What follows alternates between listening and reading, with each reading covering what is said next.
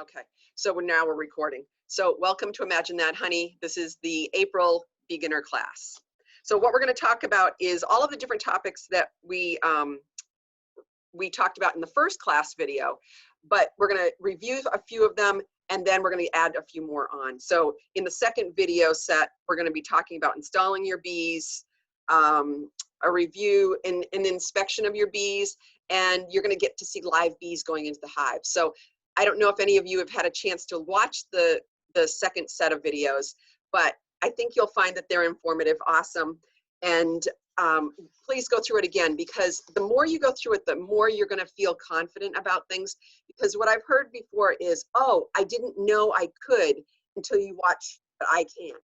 And so like you'll see me and I'll say, I'm going to knock the bees. And you're like, oh my gosh, I'm going to knock the bees. But what you're doing is you're not killing the bees. You're just getting them all into one group so that you can do things like pour them into your hive and stuff like that. Okay, so what we're going to do first is I'm going to review, and I'm just going to ask you guys to put your hands up if you have questions regarding where you're going to put your beehives. Any questions on that? Okay, and I'm going to ask you to put your, I saw you, Raven, but I'm going to ask you to put your hand up using the participant. Yay, awesome. And that way I can know how many people have questions, and then I can pick on you to answer your questions. Okay, does that work for everybody? Just say yes if that does. Yeah, okay, I hope you can all hear me. So I don't see where to put your hand up. if you go under participants, I think you'll see a place where it says. Oh, got it. Got it? Okay, great. Thank you. Okay, so I'm going to unmute Raven. And Raven, whoops, or maybe Raven, okay, there we go. What is your question, Raven? So I have a few different locations that I'm thinking about. We're right in Keene, so we're kind of surrounded by fairly busy, we're right behind the high school, so it's the high school parking lot. So the kind of the two best spots that are dappled sunlight and good windbreaks are both right up against the fence where a lot of people walk. Okay. So what I'm thinking of doing is putting it. Is it on the other side of the fence? Are the people on the other side of the fence? Yeah, they're on the other side of the fence, but it's a Don't worry about it. Don't worry about it. So this is what I'm going to explain to you guys, is your bees are going to be in their hive, and they're going to fly right out from their hive. They're not going to fool around, going around the hive or anything like that, or jump over the fence to go see anybody else either. What they're going to do is they're going to go to the hive and fly out, go to the hive and fly out. So you should be okay. My only concern for having the fence there is that you keep your hive far enough from the fence that you can work your hive from behind the fence. Not behind the fence, but behind the hive. Okay. And does it matter that it's a chain link fence that they can fly right through? I see. It's a chain link fence. I'm thinking stockade. No. Okay. So I think that would just be intimidating to people. So yeah, you don't probably want to do that. Yeah. So my other option that I was thinking about is building a windbreak in another location on the lot. And I don't know if anybody has any tips on. So you don't have to build the windbreak right now. You can always put it in after. And what I would do is, maybe if you don't mind, put up one stockade, and that will give you your windbreak. And you could do that with the chain link fence if you wanted to too. But again, as soon as people see bees, they're going to be like, oh my God, there's flying insects and they're going to sting me. But they're really not going to. But it's intimidating. You know, like once you guys become beekeepers, everybody's going to think you're crazy, for one thing. And then, you know, then also, you know, people, they just have this thing. I've been to places where I'm like, oh, yes, I'm a beekeeper. And usually people are like, oh, that's so cool. I've always wanted to do that. And then you'll have these other people that'll be like, I wouldn't do that ever. And, you know, you just got to be crazy. So you got to go on you got to worry about the people that are like, you think that they're crazy. So just try to find a place where people are not going to be walking in back of it, but not so much as in back of it, because that's just the intimidating part, but in front of it, because you don't want to put your beehive someplace where people are going to be walking and your bees are going to be flying out, because then what happens is your bees just might hit somebody by accident. They don't want to. They're just going along their business and boom, they hit somebody. So what I usually suggest is like what you're talking about. I want to hear your second location too, is I want to put my bees someplace where the sun probably melted the snow first this year, and it doesn't have to be dappled sunlight. I just wouldn't put it in the shade I'd put it in the sun if I have to have a location. If you put it in shade, like some shade is okay, but if you put it in like a forest and there's no light, it's going to make your hive really moist inside, and you might have some moisture issues. So where's your second location, Raven? So the other location is basically within the area that we have fenced off for the vegetable garden, because we've already got an electric fence up. Okay. So I guess then the question is how to set it up so that the entrance isn't Going towards the gardening. gardening. Yeah. So that's the thing is, I'll show you some pictures. I'll try to remember these things when I do my next video. But my chicken coop, if I had my chicken coop there, I think you guys might have seen this in the first video. If my bees flew out, they would fly right over my garden. And it's funny, but bees are sort of possessive of flowers sometimes. And so I might be out in my garden doing some weeding, and you'll have this one bee, like a guard bee, that's flying around, and it's like, yeah, I do not want you near these flowers. And so my preference is to always have my bees flying away from my garden. So if you can still put your bees inside your fence, inside your garden, but have them fly out away from where you're working, okay? Does the entrance need to face south? If you can. If you can. Yeah, you know, like, not everything has to be a perfect situation, but what you want is you want the sun to hit the bees first thing in the morning. And you'll hear me say this, and Nancy's heard me say it thousands of times, I'm sure, but you don't want your bees to be college students, okay? You don't want them getting up at 10 or 11 o'clock and moseying out. You want them up at 6 o'clock in the morning, 5 o'clock in the morning, and going out and starting to gather pollen, because that way they're going to get as much out of their day as possible. So they are all morning people, and you're going to hear people say this, and we talk about our bees like they are people. They are like our kids. So you'll probably hear me call them people at some point. And I don't do it on purpose, but that's just the way it is. Okay, so Raven, are you thinking you've got a good location then? I think so. My one other question is, how do they interact with chickens? Will the chickens eat them? Will they sting the chickens? No problem at all. No problem at all. I have watched my chickens. My chickens don't, they for one thing can go through the electric fence without getting zapped. But my chickens have no interest in the bees at all. They will not get stung. You know, the only thing that the bees will do is, if you're feeding them cracked corn, sometimes the bees will go for the sugar in your feed. So that's the only thing that might happen. And I don't know that the chickens, I've never seen my chickens get stung, you know, like be weird or anything like that. So I don't know what would happen if they happen to eat a bee, but I think they've got the black and yellow stripes on them. So I think the chickens would know that that's something that they don't want to eat. You know, like insects have certain markings on them. What you can give the chickens later on, though, if you wanted to, is a frame. If you have like drone brood, drones, you have the females, which are the workers, the drones, which are the boys, and then the queen, which is the fertile female. But if you have drone brood that you want to pull out of your hive sometime, give it to your chickens. They will love you, because it's all larva and pupa and protein for the chickens, and they will just go to town on that. So we'll go into that a little bit later when I do some videos, when we go into the inspections and we have more drones, because right now there's not that many drones in the hive. Okay, so Raven, I'm going to leave you, and I'm going to go to Wendy. And let's see, Wendy, where did I just, okay. So my question was the same with Raven. I have some chickens and some goats. Can I put the bees next to the chicken coop? Would you recommend that?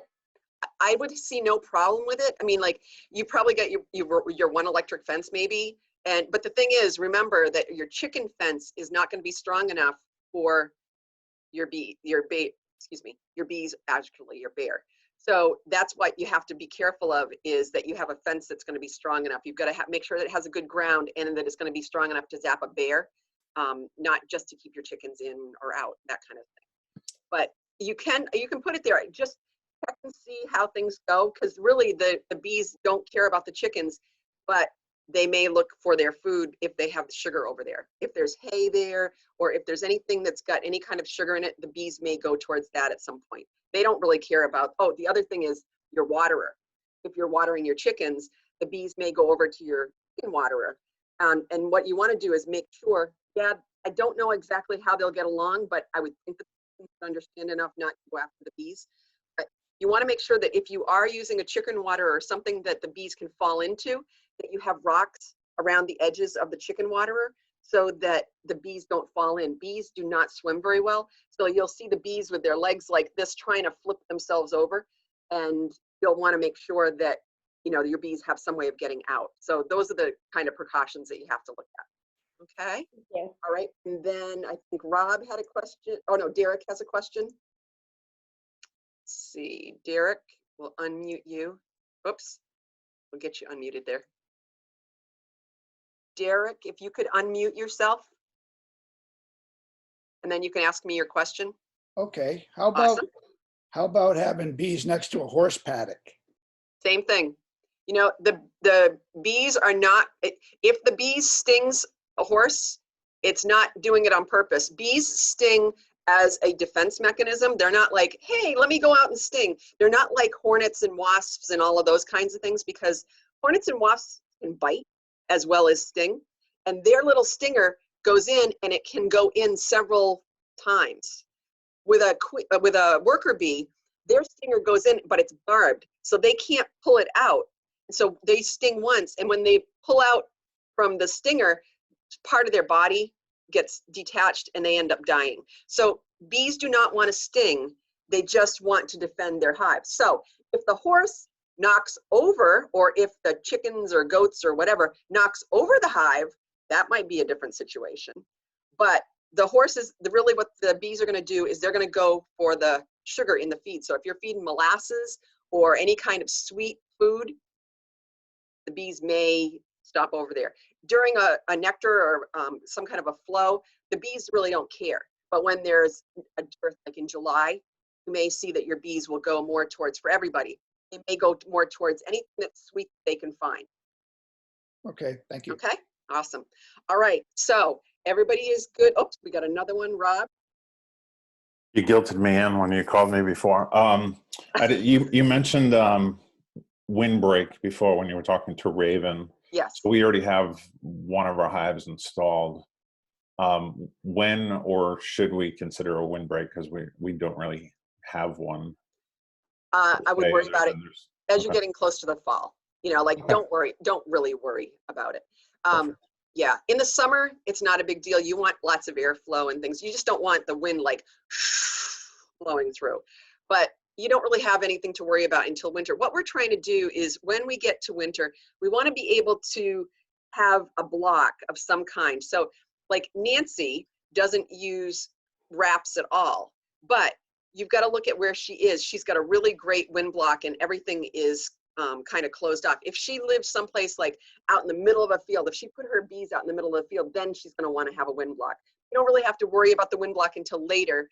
You just want to make sure that when you put your hives someplace, that you try to make sure that they go where you're going to keep them. You can move them, and I can explain to you how you can move them. But when and if you have to move them, you either have to move them 2 or 3 feet at a time, or move them away, like a mile away for a week, and then bring them back, and then they'll know where they're going to go. Because what happens is the bees know where their home is, so they're flying in. If you move it away and they want to come back, they're going to fly back to where they were before, and they won't know that their hive is 5 feet away.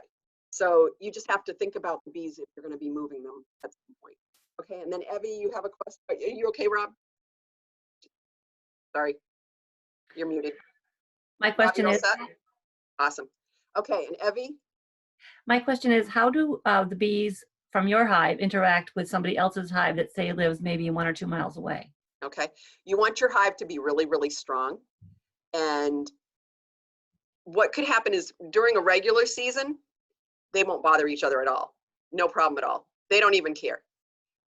When it comes to some time when there's a dearth, again, July, or as they're getting towards the fall, you want your hives to all be as strong as possible.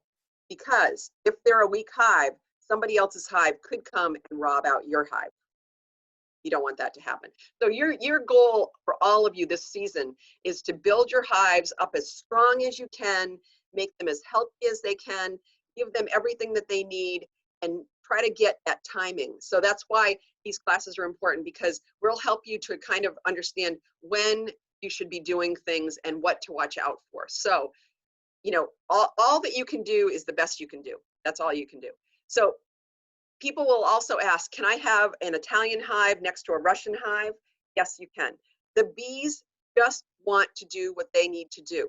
So what you may hear is a lot of it like really foreign talk, like the Italians will be drinking wine and they'll be partying, and the Russians will be drinking vodka and doing all their thing. They won't understand, they won't be able to communicate, but they don't want to talk to each other. That was a joke, you guys.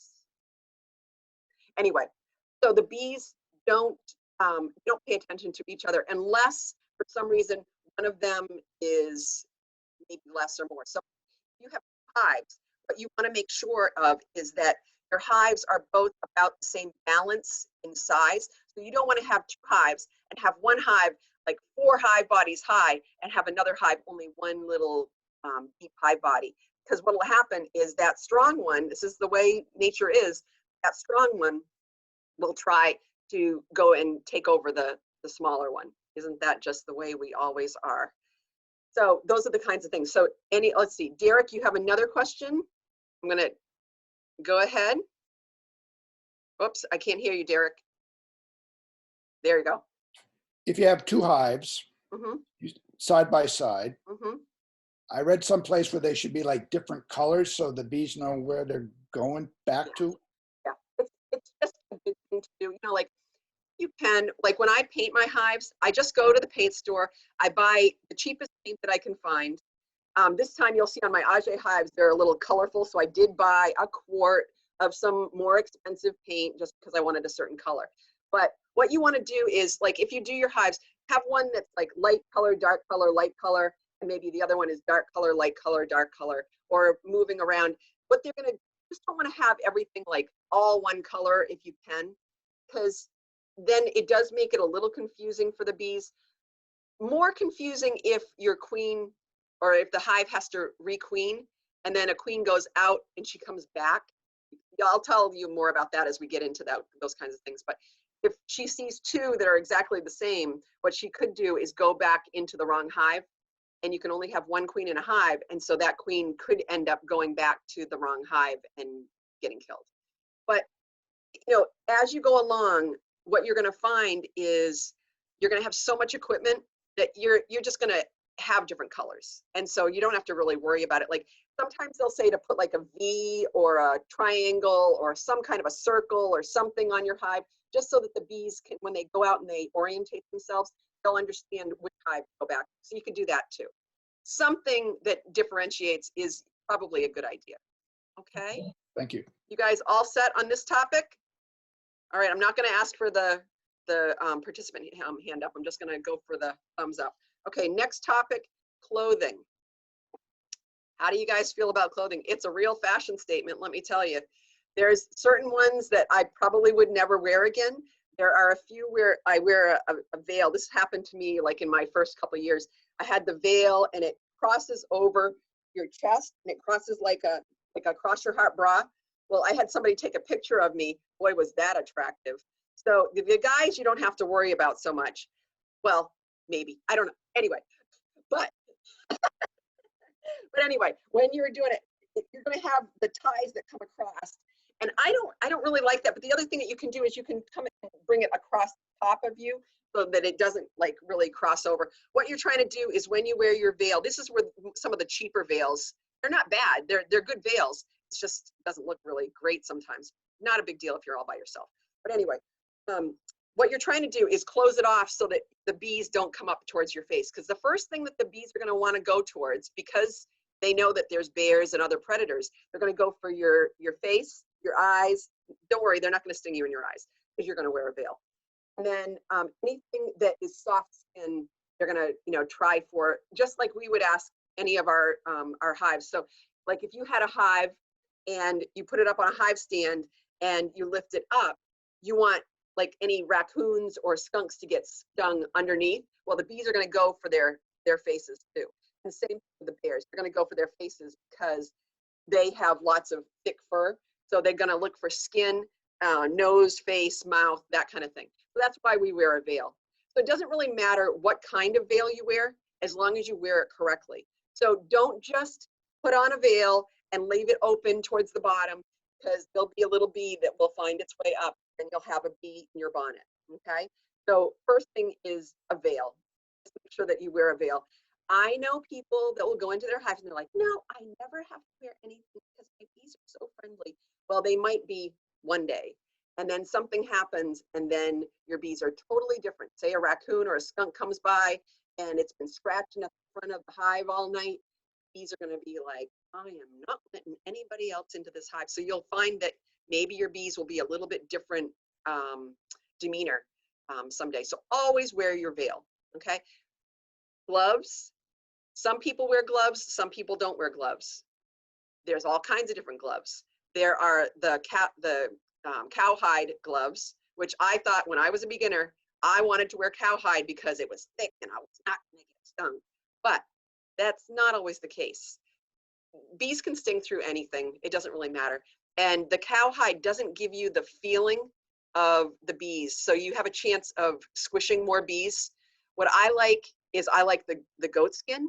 Goat skin is very thin, but find gloves that fit you. So I think I sent in the other video or one of the other magazines too, I think Better Bee has it. It measures your hand across to tell you what size gloves you want to wear. Make sure you get gloves that are smaller than larger. If you wear gloves that are like large and you have small hands, your gloves, you're not going to be able to feel the bees. They're going to be cumbersome. You want something that fits like a glove. So you want to make sure that your gloves fit you the way that they should. The other gloves that you can wear are like your Playtex gloves that you wash dishes with. You can use the blue gloves that we're all wearing now. That will help you, so that what happens for me is I get stuff on my hands and I get sticky and I don't like that feeling. So I usually will wear gloves. The thing is, if you're wearing the plastic gloves or the latex gloves, if it's a hot day, you will not believe how much water will condense inside your gloves. So you may have to change your gloves. I really wouldn't worry about the stinging part as much as I would getting junk on your fingers and then getting it sticky and then just feeling that way. If you want to go into your hive and not wear anything at all, you're perfectly welcome to do that. I'm not saying that that's a bad thing. And there's a lot of people that will do it. But as a beginner, I would probably start with goat skin, then go towards the Playtex gloves, and then go towards nothing if you can. It's your choice. Everything in beekeeping is your choice. And that's one of the things that I empower all of my students to think is, you're smart. Don't let anybody tell you how to have your hives. I can answer questions and I can give you pros and cons, but don't let anybody ever say, well, you're a bad keeper because you. No, you need to be educated and make educated decisions so that you can make good decisions for the future of you, your bees, and your future in beekeeping. Okay, so you'll hear me say that a lot too, because I hear so many like good old boys that it's like my way or the highway when it comes to medicating or how you do your hive or whatever. You know what? These are your bees, and don't think that in your first year that you're going to be the perfect beekeeper and you're going to do everything right. You're going to make 150 pounds of honey and you're going to be selling, you're going to make millions of dollars. This first year, you're going to be learning a lot, right, Nancy? Just say yes. There's a lot to learn this year, yes. So there's a lot to learn this year. So just know that the more you read, the more videos you do, and the more questions you ask, after looking in your books for as many answers as you can, I can confirm anything that you want me to answer. But that's why I'm here. Okay, so there we go. Okay, we've got a veil and we've got gloves. So you're good with those. Hive tools. So I have a couple of hive tools here. Let's see. This is the one that usually comes with your regular kit.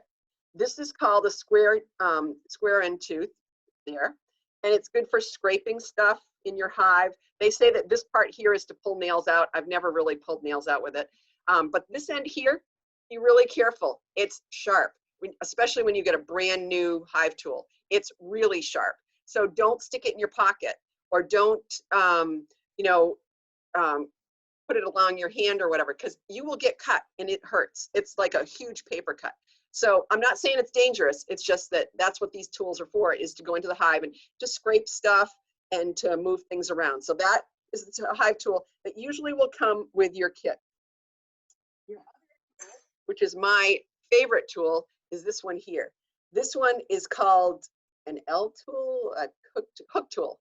And this one I like because when you first get your hives put together, your frames are all going to be loose and you're going to be able to shake them back and forth. But as your bees draw out the comb, it's going to be a lot harder every time to pull out your frames. So this one here does have the scraper mechanism here, which is good. It's got a scraper part here and here, which is really sharp, especially again when they're brand new. And then this part here is a hook. So what you can do is you can put this under your frame and leverage it up, putting this on the other frame, and you leverage it up, it pulls your frames up, and then you can grab them up with your fingers. So this is the tool that I really like. If you can go ahead and buy another tool if you don't already have this one. This is like $12 or $14, totally worth it. And this is the hive tool that I really like. There are probably 10 other tools that you're going to see in the catalogs, but those are the hive tools that most people use. Okay, so we talked about gloves, veil, tools, and now the smoker. This smoker was given to me. I don't usually buy a smoker this large because you're not going to need a smoker that large in most cases. Most of your smokers, I've seen them on YouTube, I think, not YouTube, on Amazon. They usually cost about $35 is going to be your average smoker. And they usually have this cage around them, which is really good. My first ones did not have cages. This is so you don't get burned. This thing gets really, really hot. You'll see this in the second video. Maybe it's the second set of videos in the second video, and you'll see how to start your smoker. This is really, really important. Always, always, I don't care what anybody says, always have your smoker going. I don't care if people say, oh, I never use my smoker. Have it going, because you never know. And all of a sudden, you drop a frame or something happens and the bees are getting kind of out of sorts.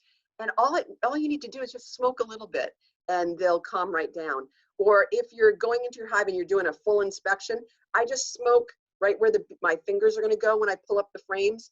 And that way I don't have to kill any bees. You don't want to kill any more bees than you need to. And in most cases, yes, okay, you guys remember this, you are going to kill some bees. So don't freak out when you kill your first bee, all right? I do apologize, and I hate killing bees too, but if you try to learn how to do it, and you'll learn on your own as you go, like what you can do to get the bees out of there. Sometimes they say not to do this, but I do it. I blow on the bees, and if they're in a good mood, it's not a big deal. If they're really cranky, I wouldn't be doing anything more than I have to, which they're not usually cranky. But what I would do is just blow on them and they'll move out of the way. They don't like your breath, not because of what you ate last night, but because of the carbon dioxide. So if I get a bee that lands on my arm and I'm like, oh my gosh, not really, I wouldn't be like that, but I'm looking at the bee and I'm like busy and I don't want to be doing anything. I'm going to blow on the bee's going to fly off and we don't have anything to worry about. Okay? So these are all things to think about. Nancy, do you think that they're getting overwhelmed already? I don't know. You'd have to ask them. I'm happy to dumb down anything for you. That's what I'm here for, is to dumb it all down. So I think you guys are all set now. This is, in a sense, this is nothing, what we've talked about so far. This is just things to get prepared for before you go into your beehives, okay? Everybody good? Okay. All right, let's see. It's 9:41 already.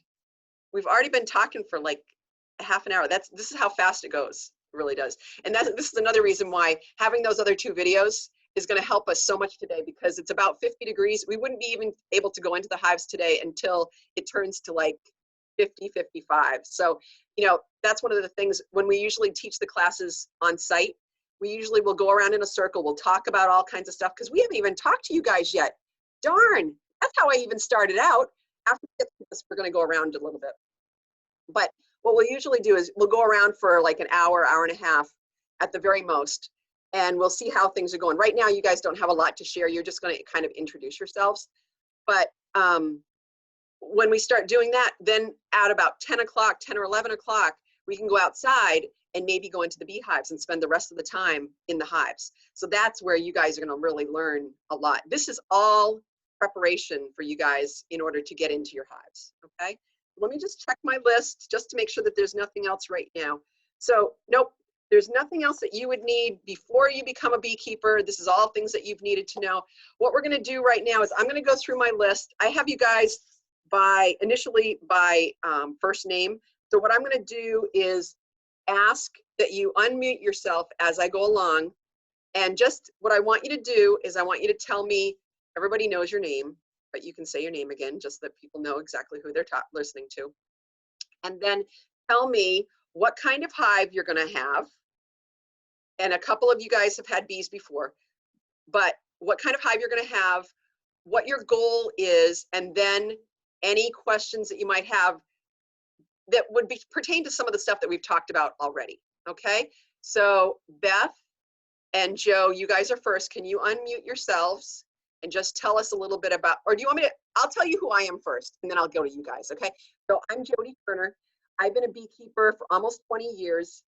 I started beekeeping because I was working at Stonewall Farm, and at Stonewall Farm, they were offering classes for their regular bee classes, and the staff could take the classes for free. So I was like, it's free. It won't cost me a thing. So I started the class, and I was so mesmerized by the bees that I bought my first hive body and my first package. And so the teacher and I, we talked about things and everything was cool. Well, it ended up that he had a second package. So here I wasn't going to spend a cent, and I spent money on 2 packages, 2 hives, and all my other stuff. I ended up not buying a bear fence, had a bear.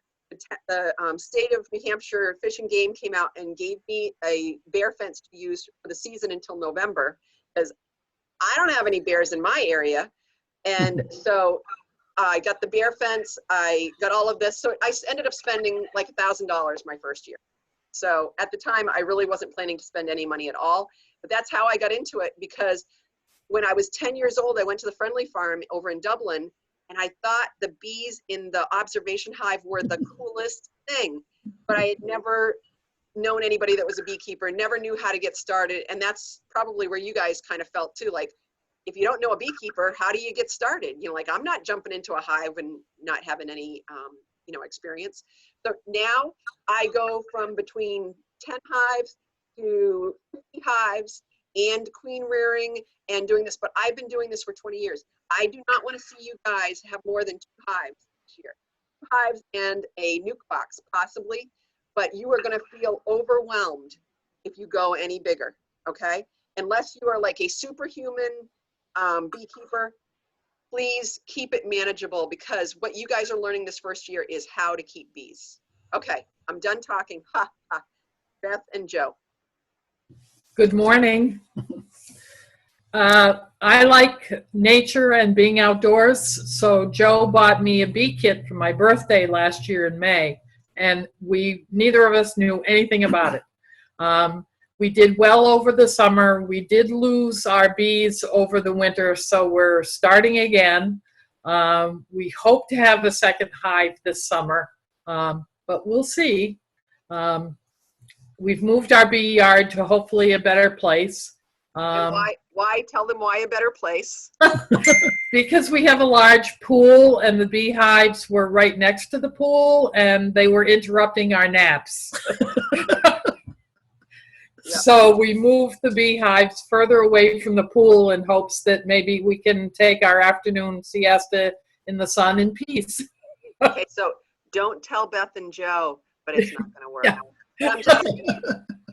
But what they can do is they can put a nice water source, really nice, something Yep. that's attractive.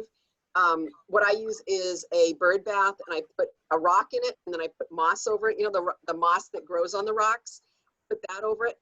And the bees will use their little tongues and gather water from it.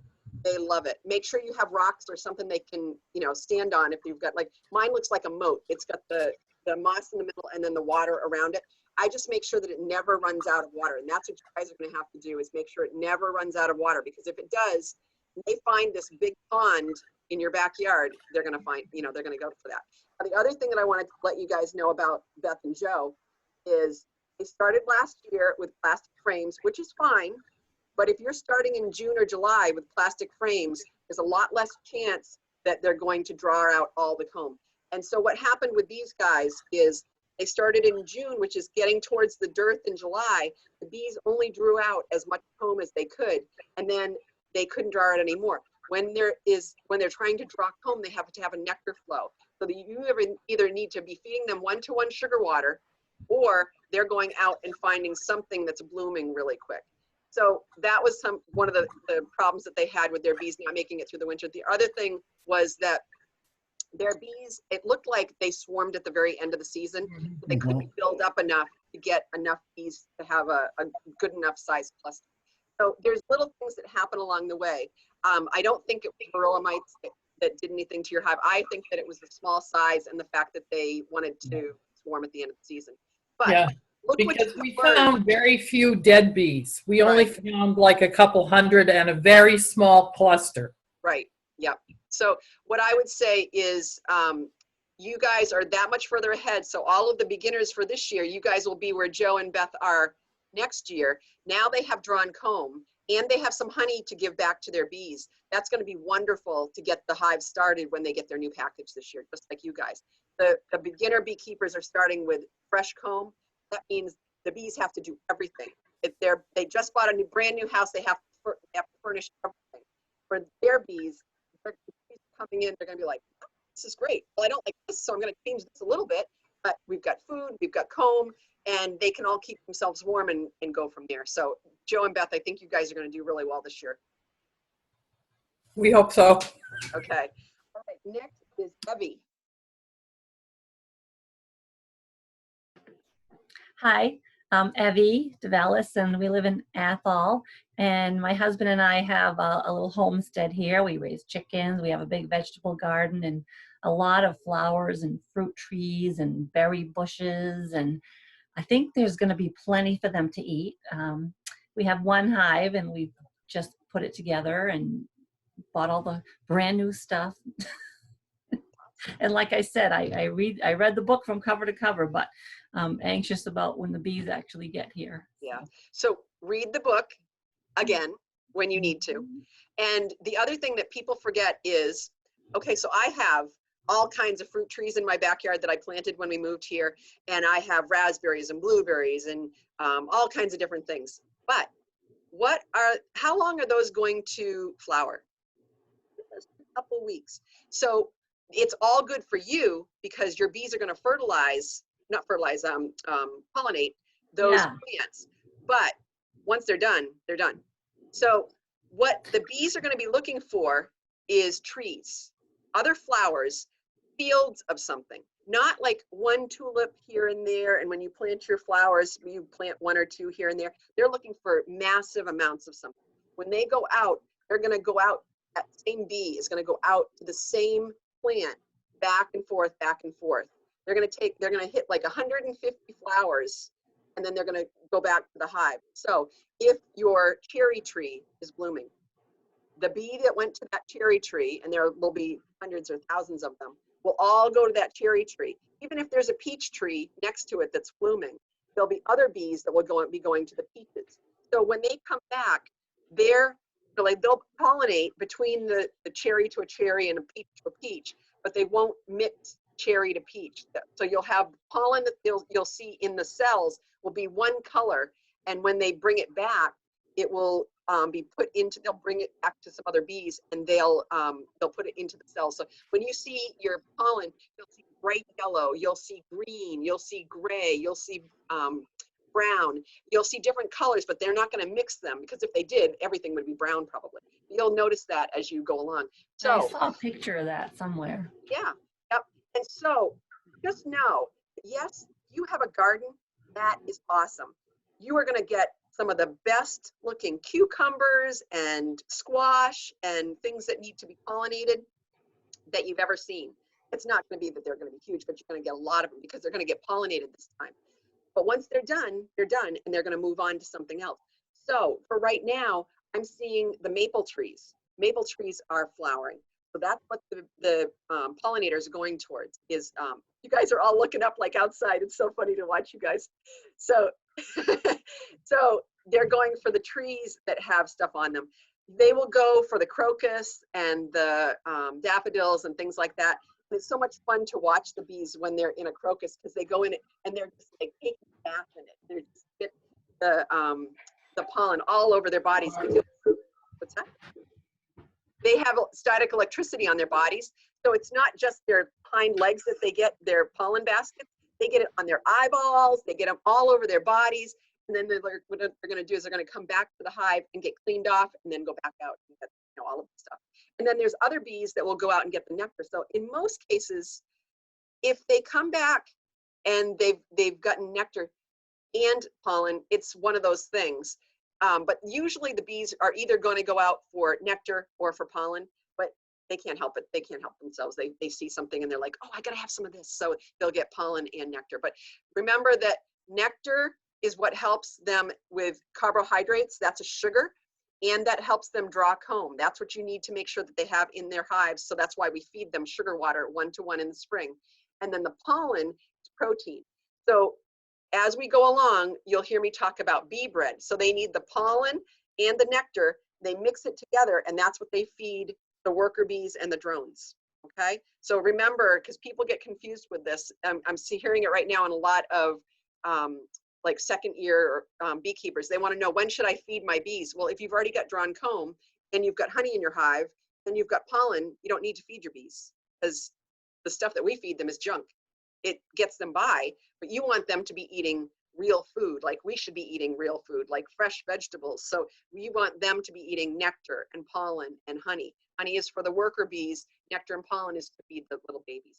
I'm going to throw these things in along the way, but I think it will help you as you go along. And Evie, I think you're going to be just fine. You've got all the stuff. You're going to have some great fruit this year. I don't know if you've ever had, you know, a lot of fruit in your yard, but as long as you have lots of flowers, you should have lots of pollination and you should see a good crop this year. Last year, I know a lot of people had peaches like crazy. We had so many peaches, I had to pick them and freeze them. I just had too many peaches to go along. And we have raspberries and different things like that. So the bees are gonna help you with a lot of your pollination. Any other questions for you, Abby? Well, just what in July can they eat? Do they look for? Nothing? There's not a lot out there in July, and that's why at some point in July you'll hear us talk about a dearth, and we'll go into that as we get closer to July. But that's why you want your bees to build up and get as much food as they possibly can right now. And so in July there will be food, but it's not like the land of milk and honey. They're just going to have to really find what they're looking for, and that's when you might have robbing too. So you just want to make sure that your hives are as strong as possible. Okay. Okay. All right, Derek, you're going to be next. Evie, if you could mute yourself, and Derek, if you could unmute yourself, tell us a little bit about you. Well, I live in Francistown, and I've been a veterinarian in Peterborough for 35 years. Awesome. And I don't know, I went to the Farm and Forest Expo over in Manchester and got talking to the bee people there and got interested. And nice. My wife she does a lot with flowers around our house, and we live out and we like nature and things like that. So I decided to go for it and thought that I needed more time to get ready, but you talked me into going for it. And so I went for it. You should. And then, so I put in my order for 2 deep hives, Langstroths and deep bodies, and somehow somebody messed up, probably me, and I got a double order. So I guess that was 4? a sign. I mean, you have 2 hive bodies then? I got 4. 4, okay. So I thought that was a sign. And, am I losing you? Nope. So I've heard of something called bee math, where if one's good, two's better. So I've decided to, I ordered a nuke from you, and I've ordered a package from somebody else, and I'm going to try going with 2, start with 2 and learn as much as I can this year. Well, on the positive note, having extra equipment is always good. So, right. Yeah. So I really do want you to try to keep to 2 this year if you can. Oh, yeah. Yeah. And your nuke is going to come in a cardboard nuke box. You can use that during the summer. And having a nuke of bees, an extra nuke of bees, which I'll show you how to split later on if you have enough bees, it's always a backup. So you always have a queen, so you don't have to go and buy one if you need a backup. Or if you have a nuke box, you can always have extra frames where you're going to have brood. And if you need more brood in one of your other hives, you can put that into your other hives. So what you, again, will want to do is keep your hives balanced. So you have about the same size number of bees in each hive. That's all. So we'll talk about that as you go along. But I think you're honestly in a great place. What Derek is talking about is, I hear people all the time and they say, I'm just going to take your class this year because I want to learn more before I become a beekeeper. And I understand your concern and you really want to know what you're doing, but it will take you at least 5 years to start to feel like you're understanding everything. It's not rocket science, but you have weather, you have bees, you have things that are out of your control, you have all kinds of things that are going to be happening. You need to learn how to read your frames and know what you're seeing. And the bee math thing, yes, you need to have so many bees on a frame or whatever. I think some of it is a little bit too much information sometimes. Like, there's people that have these gadgets that they can look and see what the heat is in their hive to see if their hives are alive in the winter. Okay, whatever. If they're alive, they're alive. If they're not, they're not. You can do whatever. There's all kinds of good gadgets out there. So just know that you can buy the stuff if you want, but you don't have to. But what Derek has had this happen this time is extra equipment. So what I would do if I were Derek is build your frames if you want, build your hive bodies, have them all ready to go, but just don't put bees in your second 2 hives. What happens is if you buy equipment and you keep it for too long, the wood dries up and sometimes it's harder to put things together because they warp a little bit. So if you buy stuff, they've just cut it recently. What I have found is put it together, have it ready to go. If you have extra frames, don't put wax in them, just build them and then have them ready to go. If you're going to use plastic, then you can put them all together and things like that.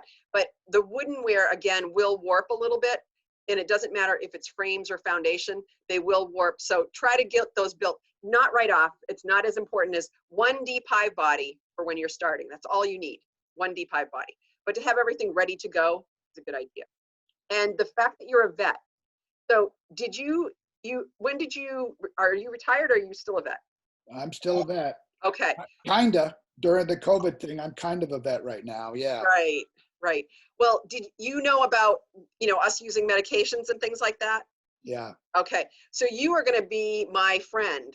But there's a lot of I have other vets that have taken the classes too to understand more about bees so that when people come to them and they say, I need this medication, can you write me a prescription?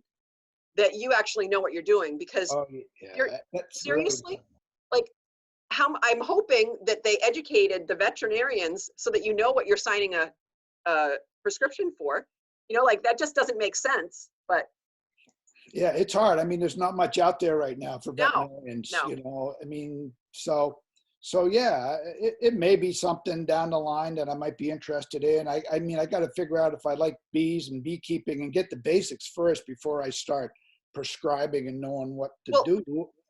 And I'm glad to hear that because, I've had other other veterinarians, because that's what they did. They gave the veterinarians the approval to write prescriptions, but they have no idea what they're writing a prescription for, except for that they use like terramycin and things like that for like large animals and things like that.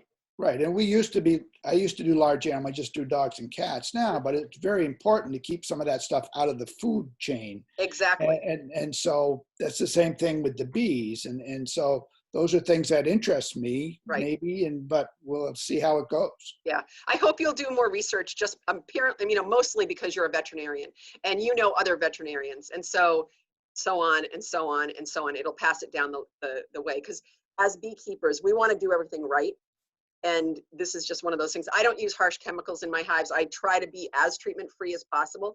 There are some treatments that you do need to use, but a lot of them are just things that you can buy out of a catalog, and you don't need a prescription for them. So, okay, anything else, Derek? I was going to ask you about feeders. Yep. Is this good? Is this time to ask you about feeders? We can, if you guys are ready to, we'll go into feeders if you want me to. Yep, go ahead. I mean, I have top feeders that I purchased. Are those Yep. okay? Did you get your stuff from Better Bee or Man Lake or where, or some other catalog? I've tried all of them. I've tried Dayton, Better Bee, and Man Lake. Okay, so the reason that I ask is Better Bee is going to give you a polystyrene feeder. Is that what you have? No, it's wooden. They changed to wood. Somebody gave, the one I got is a wooden one. Okay. With a black plastic. Yep. With, Yep. with a cage in the middle of it. Yep. That's the one that most companies do. But for the last 5 or 10 years, Better Bee has had a polystyrene one that what happens is with a top feeder, it looks like a hive body, but it's got 2 little wells that the water will come in. This is the plastic, the black plastic one that you're talking about. And the bees come up from the inside and they can go around the cage and come down and drink food. And it's like a trough. And so by having the screen, which is the cage part, the bees can walk down that and then not fall into the water, hopefully, but they do fall into the water sometimes. So that one, at this time of the year, it has not been that cold out, so you might be okay with that. I'm going to show you some other ones that you can use in the meantime, but that one is great because you can fill up the sugar water. I wouldn't fill it up a whole lot. We'll go into this more when we go into the hives later on, but I would only put like a gallon in, but again, don't let it run out, okay? And you can open up your hive and there won't be any bees flying around, so you should be able to just go in, take your outer cover off and put sugar water in. So again, the bees are going to come up from their cluster and go up and around and bring the food back down in, okay? When you have a brand new hive, especially a package, not so much a nuke, because the nuke will have some food with it, but a package, you want the food to be as close to the bees as possible. So with a top feeder, the bees have to go from the frames up and get food and then back down. So they have to break cluster. If you put a mason jar or some kind of a bucket over the oval that's on the inner cover, then, and I put some sticks there so there's still airflow there. You put that over it, the bees will be right there. So the bees are here, the food is right here, and then all they have to do is go right here like this, right to the food. So what I do is sometimes I'll use a mason jar if I want to, just to make sure that they have food. What I do is I put some little holes in the top.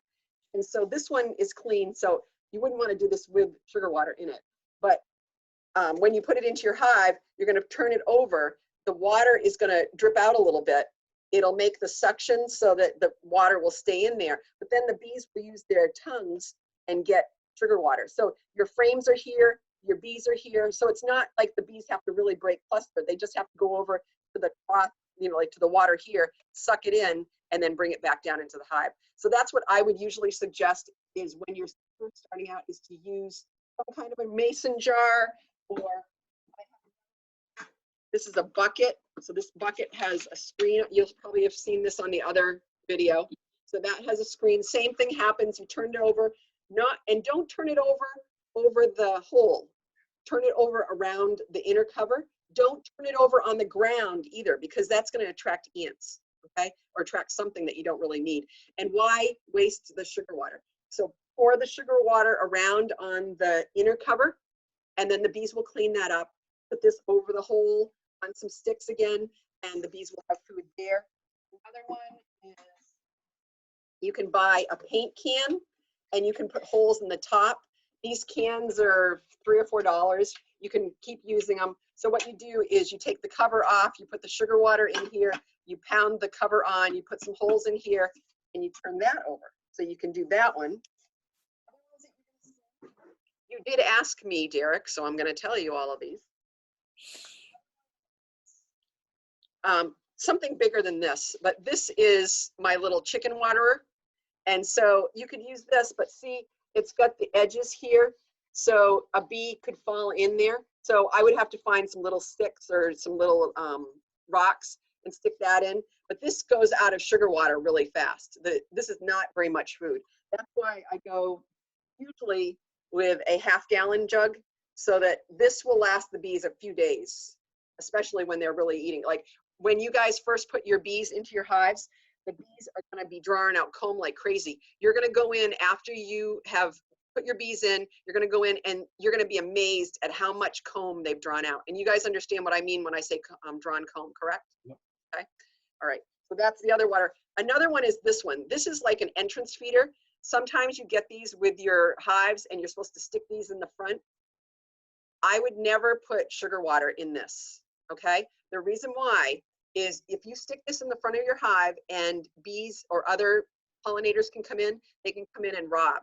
So you've got the front of your, like this is going to be, here's your hive here. This gets stuck into your hive. All the other pollinators have to do is come around, come in here, get their food and come out so they can rob. What you could do with this, Beth and Joe, is you could take one of these, fill it with water, plain water, and the bees can drink out of that. So that I wouldn't say is a bad thing, because this will provide water for you, but don't put sugar water in here. Everything that I've always read watching the bees, I just don't think it's a good idea to put anything right there for anybody to just come and get that's outside of the hive. It just means that your bees are going to have to be very, not aggressive, but be watchful for other bees coming in when they've got other things to do. They need to be drawing comb right now. They don't need to be worrying about anything else. So when you put your sugar water in, if there was an invader that came into the hive, it would have to come in the entrance, go up, get the food, and then have to pass by all those other bees in order to get out of the hive. Okay? Okay, thank you. I think I completely answered your question. You sure did. Thank you very much. All right, so Liz and John, are you there? We'll come back to Liz. Liz, if you want to, I know you can't see me and you can't hear me either because you have your thing on mute. Let me just see if I can get her off mute. No, I'm on. Hey, awesome. Okay. So Liz, can you see me, but we can't see you? Yeah, my thing is kind of messed up, but I can hear everything. So I'm a beginner beekeeper because I put in the lucky ticket at Cheshire Horse and won a beehive kit. It's probably something I've always wanted to do, but that like pushed me in the right direction. So now my husband's all into it too. Lucky him. And so we have the beginner kit. It's all painted. It's ready to go. I went through your videos. They were awesome. Then I had to come out and practice. Practice. I was flipping the frames, using the gloves. I think you have to practice with the gloves because it's totally different than using your hands. Mm-hmm. And then, so while I was watching your video, I did write down questions about the feeder because I have this black thing that goes in like next to my frames. Okay, yep. So that was one that I didn't show you because I gave them all to Nancy. Yeah, well, I wanted to use it so because I don't have, I just have the deep hive. I don't have another one that goes on top, but I may have John just make me a fake one just because you use them to put your frames on the ground and that looks like a good idea. Maybe, yeah. Or, yeah. You know, I'll show you a few more things on how to put them just because you don't want, if you have a queen on your frame, you don't want her to go into the ground or anything. So a lot of times, just to clarify this, a lot of times I'll put either my outer cover or my inner cover down and then put my frames on top of that. So I'm not letting any bees fall on the ground. Okay, keep going, Liz. So that was one of my questions because you said you don't use all 10 of the frames when you begin because you got to put the queen in the middle. Mm-hmm. So I was counting, and if I put that sugar feeder in, yeah, you're going to use 8 or 7. Get the 10th frame at all, and so I think use 8. So that's just something if you can help me with that. Yep. So what she has is she has a frame feeder. And so a frame feeder, I actually, Nancy started some other hives and I gave her all of my frame feeders. So I don't have one, I don't think, here to show you. I try to have some of everything. But anyway, hey, Nancy, can you, okay, awesome. She's going to go out and get a frame feeder so you guys can see it. So the frame feeder is the size of a frame. It's usually black. And it usually has some holes in the top. Sometimes they have little ladders for the bees to climb down in, which is really nice. Or sometimes they just leave them open. And what happens is, unfortunately, sometimes bees fall in and they drown. So frame feeders are not my favorite. My favorite is probably the mason jar or the pails, just because they're easy to do and they're easy to access. But the frame feeder is great because it's there. But again, the bees have to kind of break clusters. So what you're going to want to do when you're first starting your hive with a frame feeder, if you're going to use that, I'd probably just use a mason jar in this case. But the frame feeder should go close to your bees if that's all you're going to use, because your bees, again, need to be close to where the food is. So if your bees are right here, you want your food to be like very close so that they don't have to go too far to get it. A frame feeder is usually used on the edges of your hive. So you'll have, once your hive is established, you'll have whatever number of frames will fit in. Sometimes the frame feeders are small, like Nancy's got a gallon size that she's holding up, but there's ones that are smaller and they will hold less sugar water. The one that Nancy's got is a really nice one because it does have a ladder. So I'm going to unmute Nancy. Or maybe I can't. Nancy, can you unmute yourself? Okay. So Nancy will explain a little bit about what's going on with this this feeder here for you, Liz. Well, it's stuck together with propolis. And that's what Let me bees get do. But anyway. Let me get a Okay, but what Nancy was showing is there's different sizes. So that one that she has would take up the space of frames, but there's other ones that will only take the space of one frame. So whatever fits, you just want to fit in whatever you can fit into your box. So these I hadn't used last summer, so they had been propolized. Propolis is bee glue. It's resin from trees and plants that the bees will take in, and they use it to close things up. So what she's showing you is she's showing you the ladders. So what happens is you pour the sugar water down those holes, and then you put it all back together. They have some black rubber bands. They're very, very thick, and that will hold everything together. You stick that in, and then the bees hopefully don't drown as much. You will have some dead bees in there still, but that's what Liz is talking about. Liz, yours is probably one of the smaller ones, and it'll only take up one frame. So again, beekeeping is a thinker's hobby. So what you have to do is think things through before you do it so that you don't get into a place where you're like, oh my gosh, what am I supposed to do?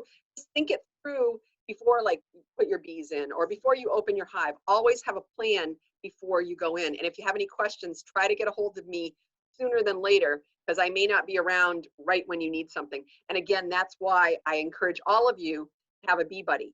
So I know that a lot of you guys are here by yourselves today, but when I send you the links for any of the Zoom meetings or anything like that, I mean, gosh, we could meet every day now, not, but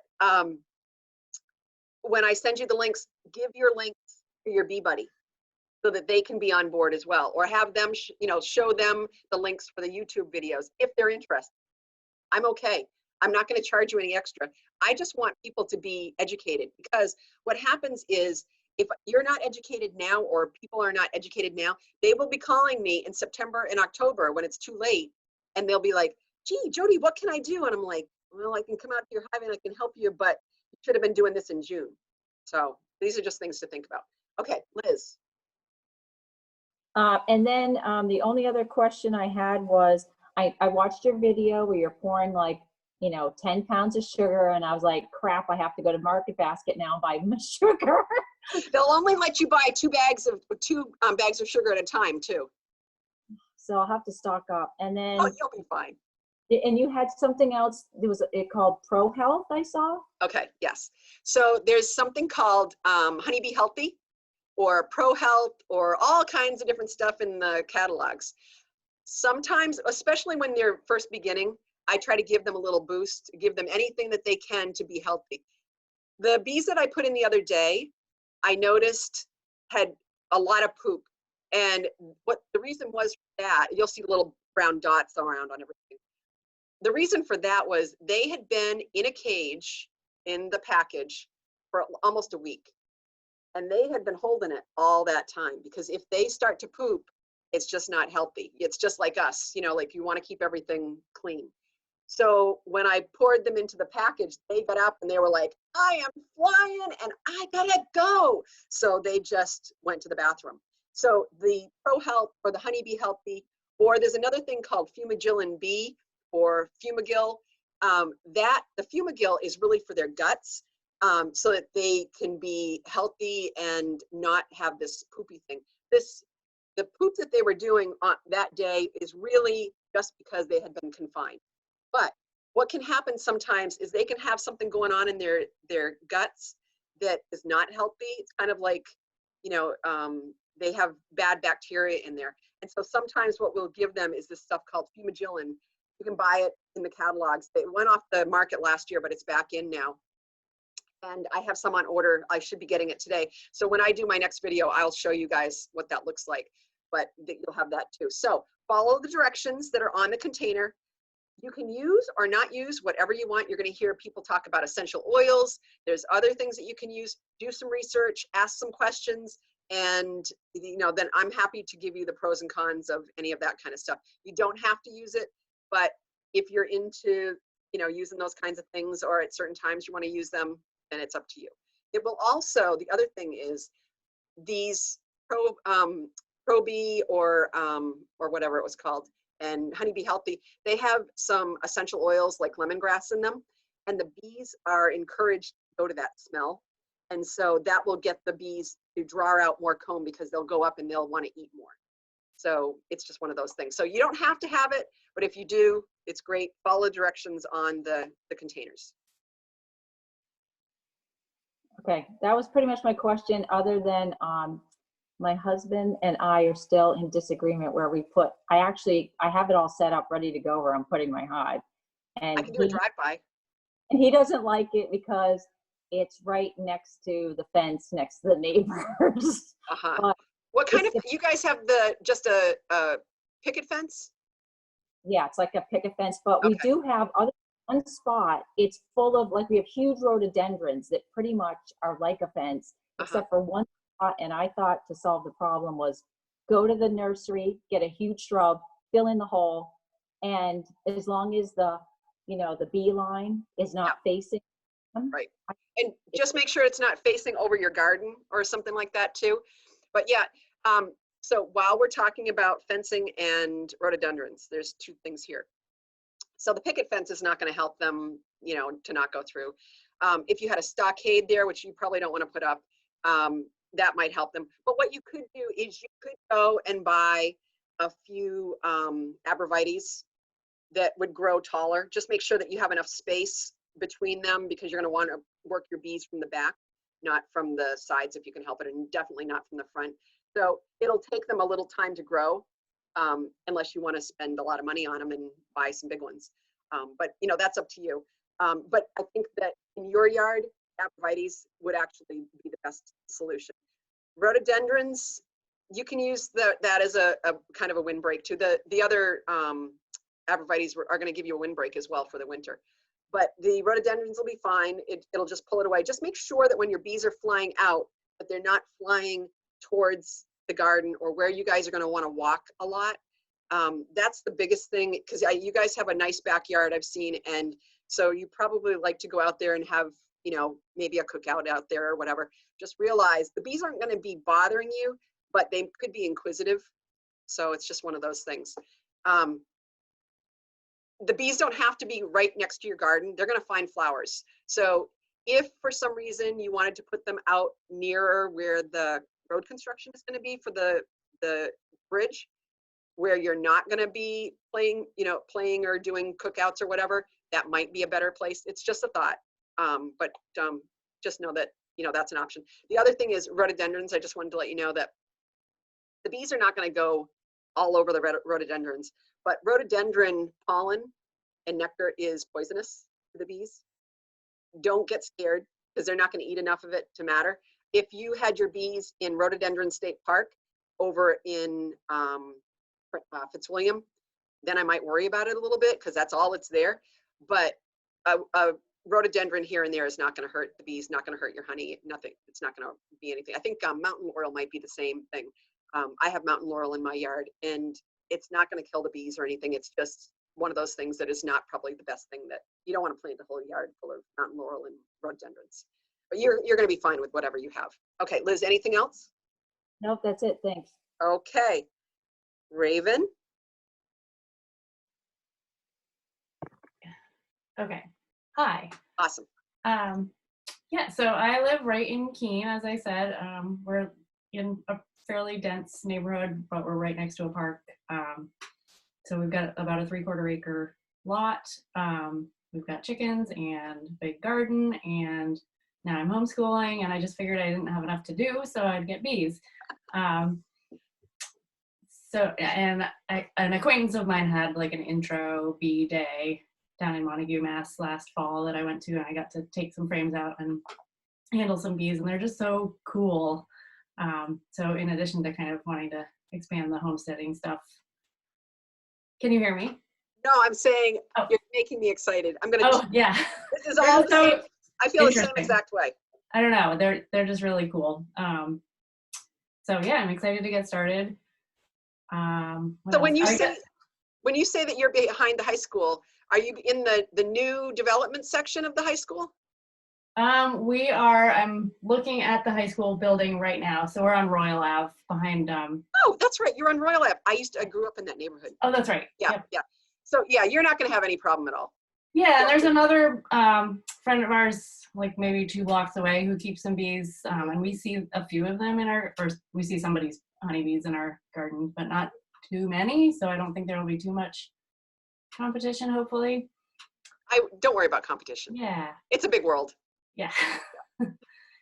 So I guess the one other question that I had was if you could go over foundation a little bit more. About putting the foundation in? Putting it in and kind of the different types.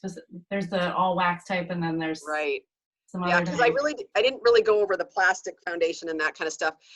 My preference is using wax, and Beth and Joe will say yes, that we're going to try wax, just because the plastic. I hate to have a lot of plastic in my hives anyway. That's just me. But again, don't judge me. That's what I do. So sometimes I do get plastic in my hives. It's not a bad thing because at least you have it. If you need it, it's there. It's all ready to go. Boom, you're ready to go. So you can buy wooden frames and do plastic inserts, and you can do white or yellow or black inserts. You can buy plastic frames that are all plastic. Yep, Joe is showing you what they had from last year. Those are what Liz would have gotten in her kit, because the kits that they have at Cheshire Horse and Agway are those kinds of kits. They come, because that way, see, wax is very fragile.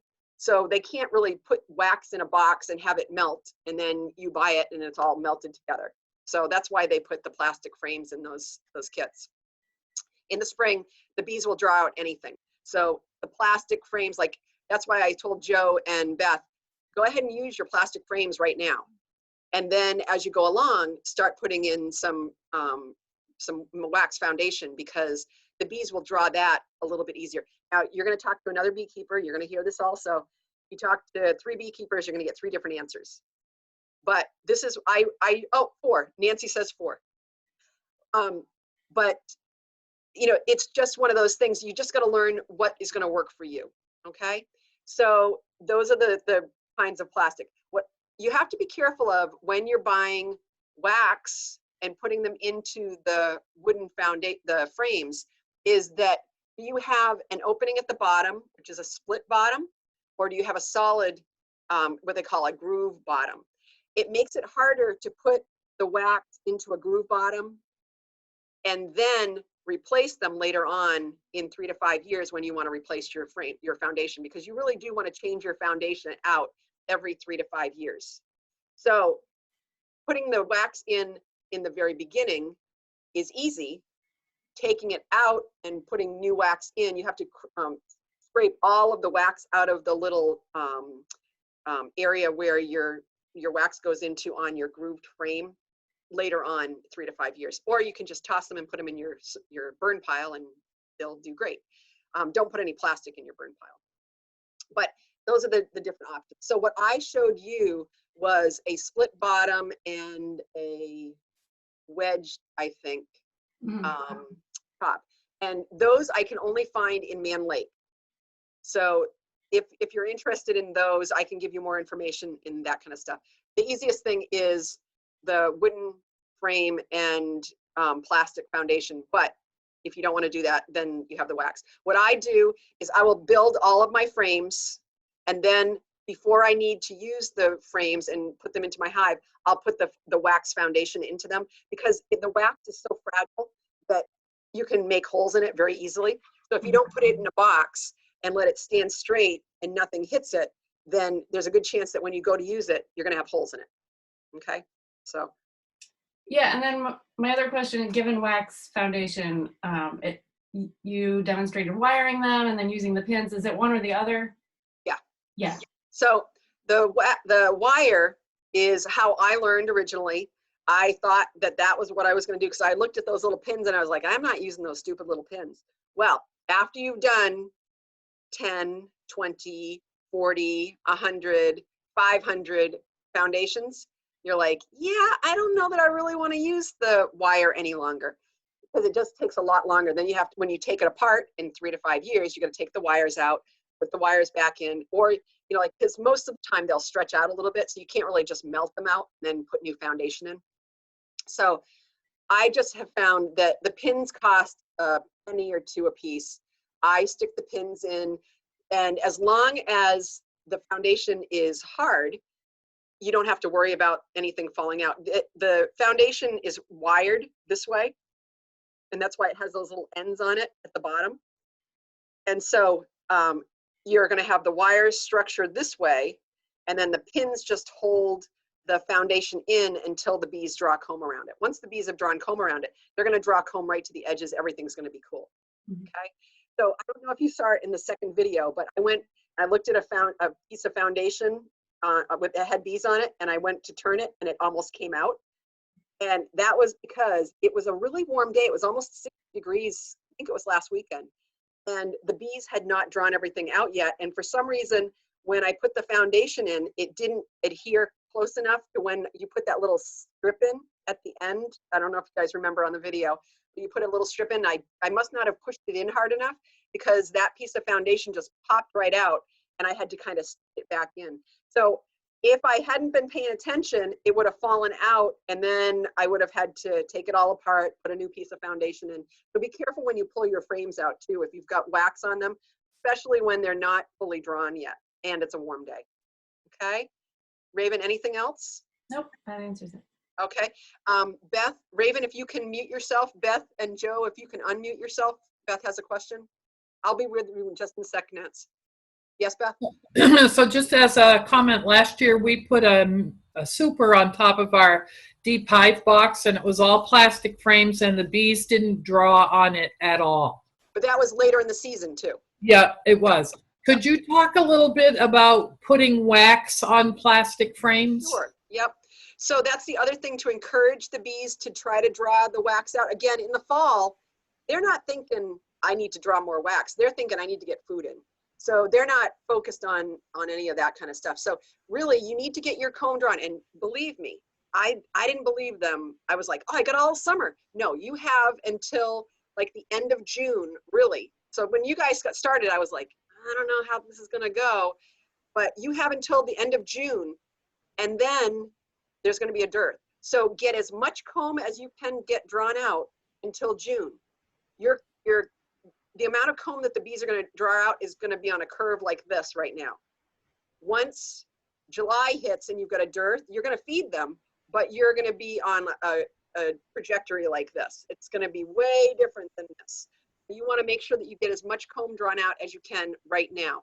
They will draw some more in like August if they need to, but if you can get them to draw, like, make sure you have food on them all the time, because rainy days, they can't go out, they need to have food, and you can do that. So what Beth was talking about is on a plastic foundation, sometimes the foundation doesn't have very much on it. It's just a piece of plastic and they didn't put much wax on it. To encourage the bees to draw out the comb, paint, like with a paintbrush or something, melt some wax and paint it onto the frame. Just go over the cells that they're going to be on there, and that will encourage bees to draw out more comb. Again, when it's late in the fall, you're just praying, because it's probably not going to happen. Okay, so Beth and Joe, if you could mute, Nancy's she's unmuted and she's got something to say. Yeah, I just wanted, you were talking about the foundation pins, and you said they're a penny a piece, and they're not. They're like 9 cents a piece, which is really expensive when you're doing a lot of frame building. So just a quick shortcut for replacement for foundation pins is bobby pins, and they fit beautifully, and they actually hold more of the wax than the metal foundation pins. And you can get bobby pins at a dollar store for $1 for like 100 bobby pins. So it's a really nice shortcut. Yeah, that is a good idea. I buy them by the thousand. So I never really thought about how much they are when you buy them, because you probably buy 25 or 100 at the very most, or 50 at a time. So yeah, so try the different options. There's also plastic ones that you can get if you want to use plastic. There's all kinds of options out there. Just decide what you want to use. There's also these little plastic rods that you can use that go across. They look like what the wire would look like. I just don't like to use plastic in my hives, but that's just me. Okay, Raven, you good? Just, yeah, okay. And Rob, where's Sarah? Okay. Sarah is, she's actually leading our town's efforts to deliver food to people who are quarantining or can't get out or have lost income as a result of COVID. So she is, she's organizing that for our town. So she's down there today. That's really good. I'm sorry, you guys. It just hits me every once in a while, this COVID thing. You know, like, I am so upset that we're going through this, but I know that everybody is doing everything that they can. But I try not to think about it. But now when I ask you, Rob, I think about it. I'm sorry. Let me just step away for a minute and I'll get myself together. Okay. No, you're fine. It is, we have that discussion a lot as to how ever-present it is and how quickly. But for introduction, so Rob Spittle and Sarah Spittle, we live in Wilton, New Hampshire, and are brand new to beekeeping. And I forget who mentioned it before, but it was just like, what's the latest and newest challenge that my wife could sign us up for? Because that's what she does. Everything in my upbringing has been to run away from flying and stinging insects, and really anything with 4 legs for that matter. So it's going to be a new experience for me. I like to build things, and so that'll be my fun contribution to this. And Sarah will be the one out there trying to figure stuff out better than I, because I think fear is my instinct when it comes to bees.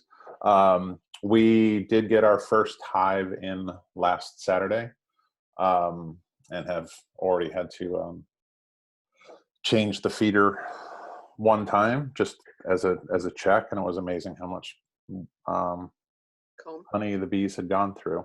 And sugar water. Yep. Yeah. Yes. Sorry.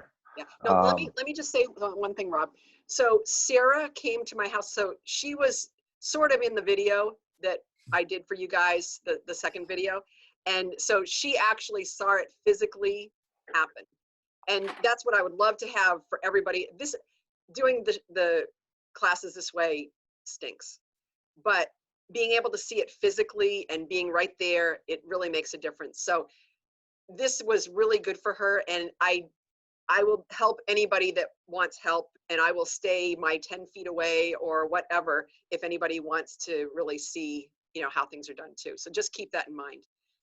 There was one other thing that I had to say that, Rob, you brought up. Anyway, I can't think. Changing the sugar water. Yeah, sugar water is 1-to-1. Yeah, and so make sure that your bees do not run out of sugar water. And are you guys using the mason jars? We are. We have a pretty healthy supply of them, so we're having 2 that we're interchanging. Yep. And as anybody who likes mixed drinks on the group, simple syrup is the byproduct of the sugar water for the bees, so it's actually a nice thing to have on hand as well. You can do that after you go to see the bees. I have had people, Sure. I have had people have friends over, and they thought it was really cool to be drinking, and then let's go see the bees. Yeah.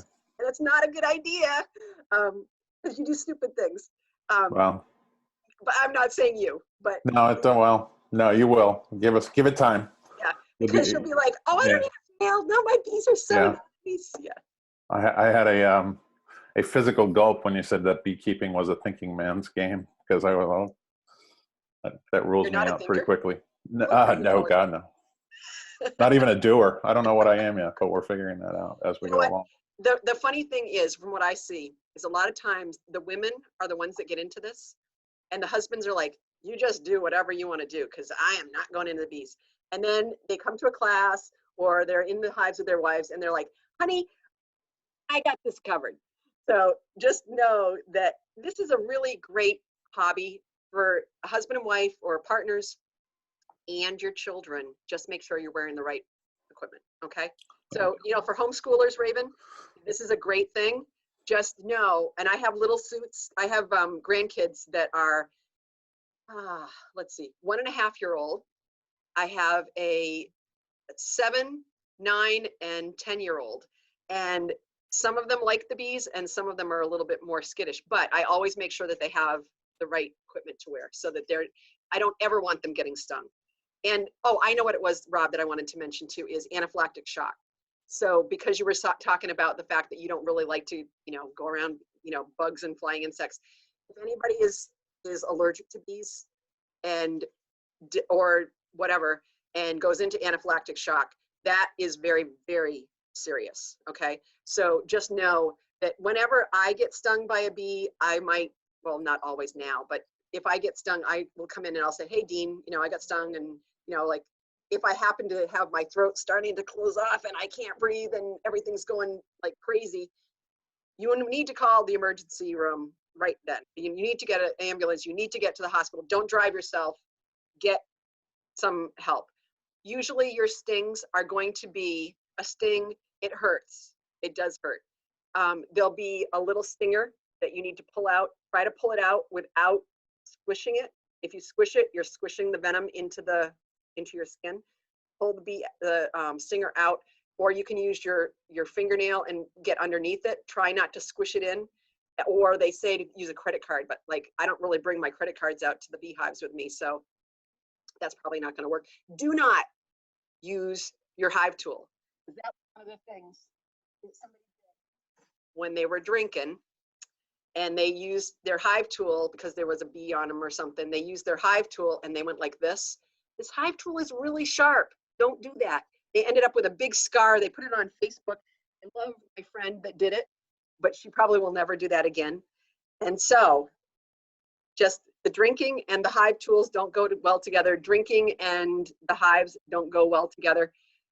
Bees also they are very in tune with smells. So Rob especially, don't put hairspray on. Don't put perfume on. No, don't wear anything that is going to have a big smell, because they're just going to be inquisitive. So they say coffee, alcohol, perfume, those are things that you probably don't want to put on. No cologne or anything before you're going out to the hive. So yes, it smells really good on you, but don't do it if you're going out to the hives. Okay, just precautionary. Okay, Rob, anything else? Yeah, I had a question about frames. I think it builds upon Raven's comment. So we got 2 kits from Dedant, and they came with a lot of frames already done up with the plastic. Yep, no worries. Use it. Okay. Unless you're against it. It just seems like like you said about opinions, it seems like for everything they add on from here, people seem to recommend wax. Can we use those frames and just cut out the plastic, do you think? Is that recommended? Or? Well, remember what I said about the wedge in the bottom? Yeah. If you look at them, if you pop the plastic foundation out, you can do that. Mm-hmm. The problem is the top and the bottom may be just for the plastic. So what they do with the wooden foundation for those, they just pop the plastic in, so they don't have that little bar that comes off, like in the videos that you've seen. So it is a different kind of a frame. Yeah, so that Joe is showing you, all that you do is that has a solid bottom on there, and then it has I'm sorry, you can't like see a groove, yeah. But it has a solid strip on the bottom, and then it has a solid strip on the top. So you just pop the plastic in or out. With the wax foundation, it's got that strip across actually the top, and you have to put it back in and then nail it on. And the bottoms, I get these from Man Lake. The bottoms have that strip that has the hole in it. You'll see it on the videos. That's what I use. And that is really for the wax. Again, people like, I don't want to say, well, better be and I believe also New Hampshire honeybee, they use the ones that have a solid bottom on the bottom, and then they have the strip that comes off on the top. So you can use either, but it does make it harder when you replace wax someday, because you have to take a little tool or something, a nail or whatever, and scrape it all out so that it's all out. Because if you don't scrape it out, it's hard to put that piece of foundation back in. So I personally think that it's a good idea to just buy what works. If he and I were you, I know I'm against using the plastic, but what I would do is I would get the bees to draw out that plastic foundation now, and then you can use it as a backup. Yep. If you ever need some drawn foundation is like gold to a beekeeper. Because if you have drawn comb, and Beth and Joe will attest to this from the fall, if we had had drawn comb, their queen may have done better. But they didn't have enough to be able to give them enough space and enough of everything that they needed. So plastic is not my preference, but it has its purpose. Just know that, you know, like if you have it drawn out and you pull it out, you could get wax moths. We'll talk about that later on too, if you leave it by itself. So maybe use it on the edges of your hive at some point if you want to, but it's all your choice. This is all your choice. You can use the plastic, use the wax, whatever you want to do, because you guys are beekeepers and you guys are smart and you guys should do whatever you need to do. Okay? Done? Rob? I don't want to monopolize too many questions. I just been thinking about it. If we're going to cover it later on, that's great. As we start to get into kind of lawn care season, where our hives are, we don't really do any maintenance on our backyard other than mow it. And I'm guessing that our dandelion crop and clover crop are going to be appealing. But we try to do some maintenance on our front yard. Is there anything specific to look at when we're talking about lawn care? So bees do not like vibration. So think about it when you're using your lawnmower or you're using your weed whacker, they don't like that. So whenever or my husband, he usually does the lawn mowing lately, but I'll ask him to not do it during the middle of the day when the bees are flying around and they're crazy busy. Bees will go out early in the morning and they usually will come back around 3 or 4 o'clock in the afternoon when the nectar flow starts to stop. And so they're really focused on getting back in and out. So try not to do it then. My preference is to do it early in the morning or later at night. Probably if you're going to do it later at night before the dew starts so that you can mow your lawn and things like that. I usually encourage him to wear a veil just because we have it. Why not? And sometimes what will happen is the bees will come and they'll ping his veil. They're not going to sting him. They're just kind of warning him, no, we know you're here, but you know, we're not going to come after you, but we just want to let you know that we do know you're here. So early morning, late afternoon is probably best. I've seen people that were not thinking quite, and they did it right in the middle of the day. They got like 20 stings. They weren't wearing a veil, and it was not a fun experience. So just think before you do any of that kind of stuff. Again, if your hive is pointed toward your garden, probably not a good idea. If it's pointed towards a walking path, probably not a good idea. And, you know, so just try to think things through before you do it. And again, I'm here if you have any questions. I can give you pros and cons for everything. Ultimately, every decision is up to you. Okay, Great. so Rob, Thank you. we saved the best to last, Wendy. Yahoo! Woohoo! Well, great. No, Nancy's going to be actually the last, but yes. Go ahead, Wendy. Okay, so my name's Wendy, and I am super new to all of this. I actually understand about half of what everybody is saying. I didn't even know these things came out. So I've watched a lot of YouTube videos, and I just got this book that you recommended. I finished chapter 2 already. Let's see, I went and got a kit yesterday, so I have the whole kit. And I have a feeder with a bucket. Yay. It's my favorite. Let's Just know if it's a bucket that has a yellow center, just know that those centers can pop out if it has that. One that I have. Right. Hannah, will you go get the bucket out of the garage? One that I have, it has a solid screen in it, so this does not pop out. but sometimes they come with a yellow insert. And when you go to flip it over, that insert can pop out. So just know happen. Okay. Caution. Yes, go ahead. So I have these like crazy ideas to start things like chickens. I just don't know anything about it, and I just buy a whole bunch of chicks. And you know, I initially did chickens because I was like, oh, they're going to be so cheap. I can get eggs for cheap. No. And then bees, I'm the same way. I'm like, look, I'm going to get all this honey. And then I went and bought the kit, and nope, that is not cheap. So, but I love my chickens. They're like a part of our family. Yeah. Stop. So here's my bucket. I guess it has a screen. You're good. You're good. Yeah, that will pop out. That's right onto the bucket. And that's a nice looking bucket. Thank you. As buckets go. Yeah. Pretty Just clean. be careful, because that probably can take a lot of sugar water. So just know that you don't have to keep it completely full all the time. You know, you fill it up or whatever. And also just quickly, Wendy, before you go on, when I make my sugar water, I like making it up in my buckets. And that's one reason that I like pails that I have, because my pail is a gallon pail. Yours looks like it might be 1.5 gallons or 2. I don't know. I guess it doesn't say, does it? No, it says 1 gallon. Okay, 1 gallon. Okay, that's cool. So maybe mine are maybe slightly smaller, or it just looks it because of the video. But 1 gallon is a good amount to make at a time. So 1 gallon, you almost don't even have to measure your water. What I do is I boil my water, I take it off the stove, I pour 5 pounds of sugar, which you're going to find 4 pounds of sugar in the stores now, but you can buy like a 10-pound bag and split in half, or you can buy 4 pounds and just use less water. But you'll see on the video that I mixed it all up. So you want to make sure that everything is just really, really well mixed. And you could see me in the video kind of going around the edges. The sugar will get stuck around the edges of the container. When you flip it over, you'll have sugar crystals that haven't dissolved.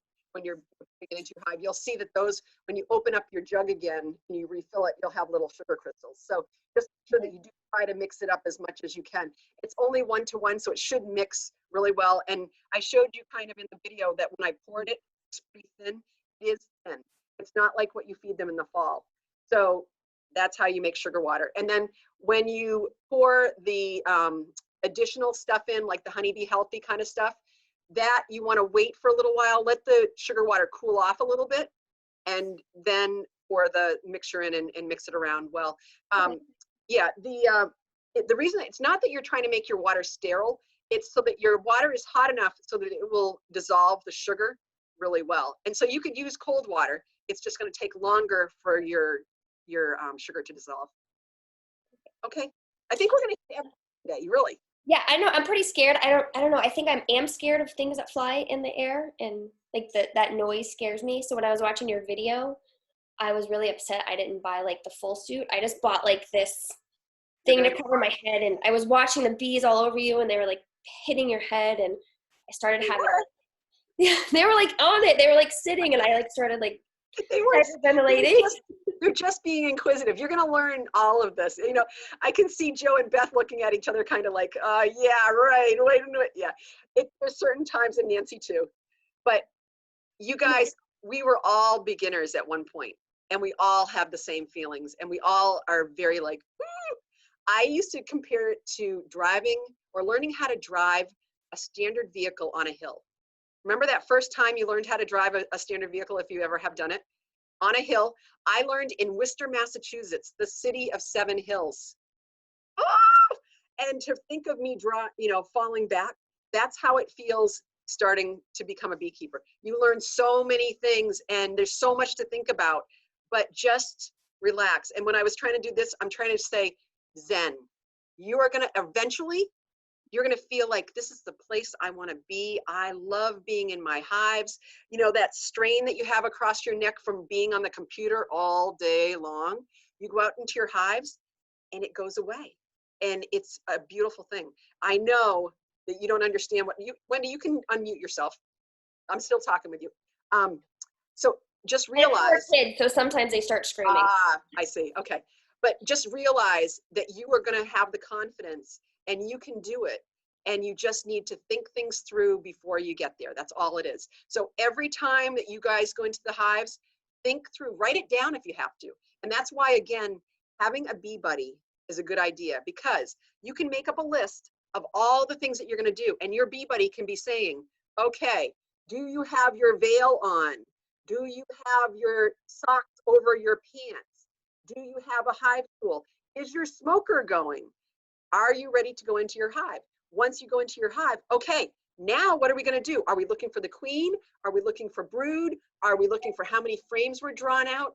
Have your goals in mind so that you know, and you're not going to feel overwhelmed. Okay. I do have a big buddy, my husband. He's just downstairs in another Zoom meeting. Yeah. So he's the one that is I guess, fills in my gaps. Exactly. So But I come up with these great ideas of like, let's keep bees. And then I need this huge spot in the garage. So he has to make me like a bee spot. So now I have a bee spot. And that's what our husbands are for.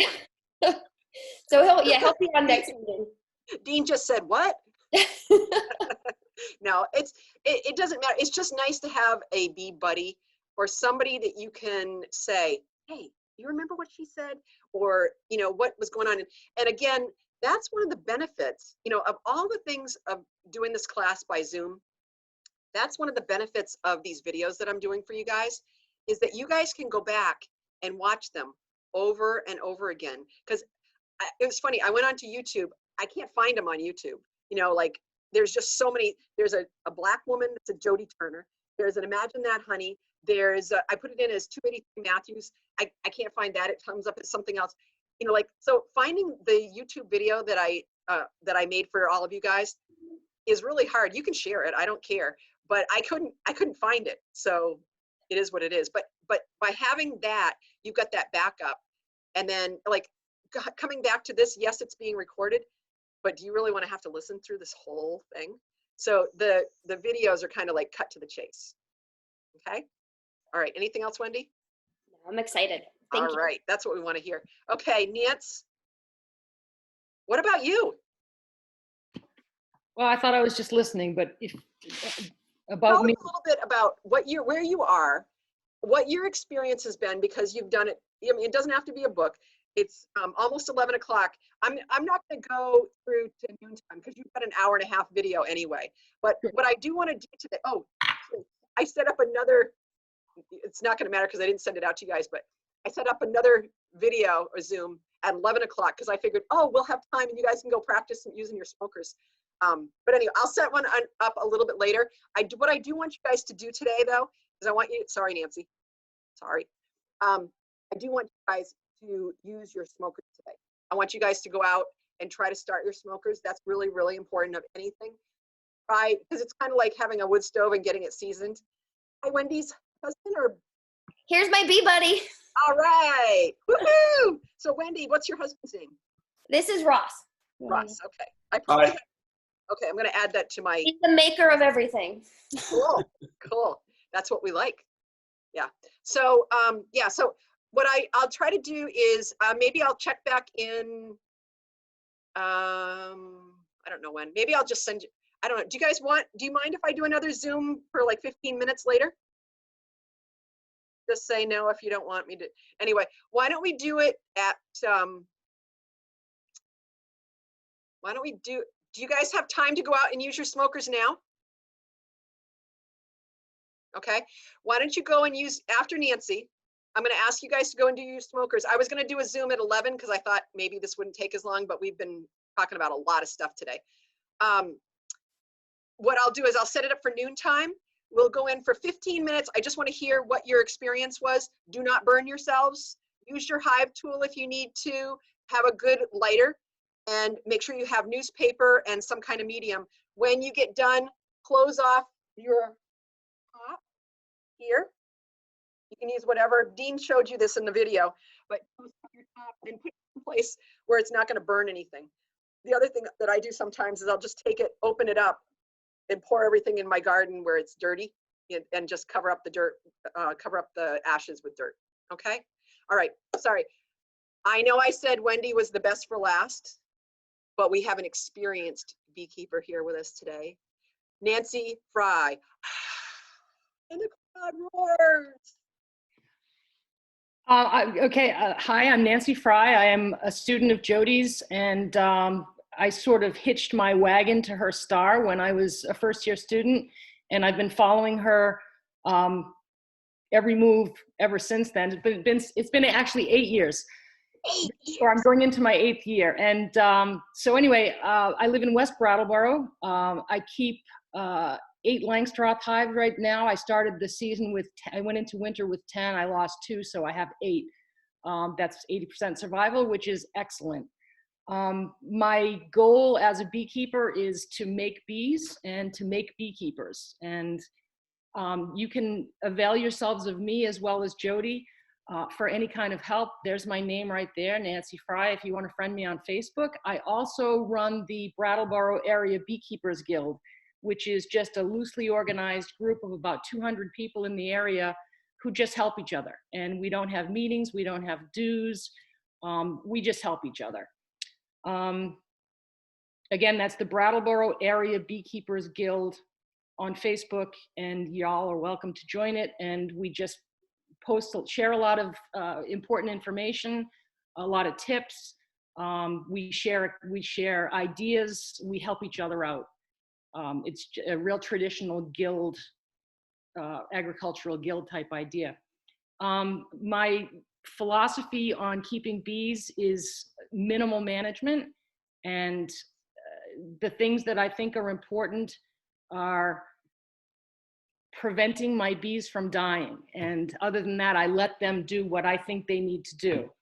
And the two things that I concern myself with most are varroa mites, which are the most destructive, the single most destructive thing to bees, and secondly, bears, which are the second most destructive thing to bees. Tell us about the bears, Nance. I'll end with the bears. I don't want to hold everyone up too long. I happen to believe strong, and this, Jody and I play off each other really well, and Jody is even more of a minimalist than I when it comes to interfering with the bees chemically, if you will. There are naturally occurring acids in the world that will help try to kill a bee or kill an insect on an insect. So what we're trying to do is kill a mite on a bee, and there are a variety of ways to do that. I advocate using mite away quick strips in late summer and oxalic acid vaporization in fall twice. And that's my regimen. That's what I do. Mite away quick strips in August, oxalic vaporization in the fall twice. And I've had really good success with that. So if there's one thing to remember from what I have to say is treat your bees for mites or they will kill them. And that's my method of treatment. It's like if your dog has fleas. If your dog is absolutely infested with fleas and you do absolutely nothing, the poor dog is going to get mange and lose its fur and get sick and eventually die. And the same thing is happening to the bees with varroa mites. So I feel strongly that varroa mite, and it's something that Jody will deal with, I'm sure, later on in the classes for testing and treating. But I just happen to feel strongly that mites are what are decimating our bees, not pesticides, not monoculture. These are all contributing, but the mites are at the top of that pyramid. Yeah. So Nancy, just to explain to them how many mites you had all of the year last year and what happened in the fall.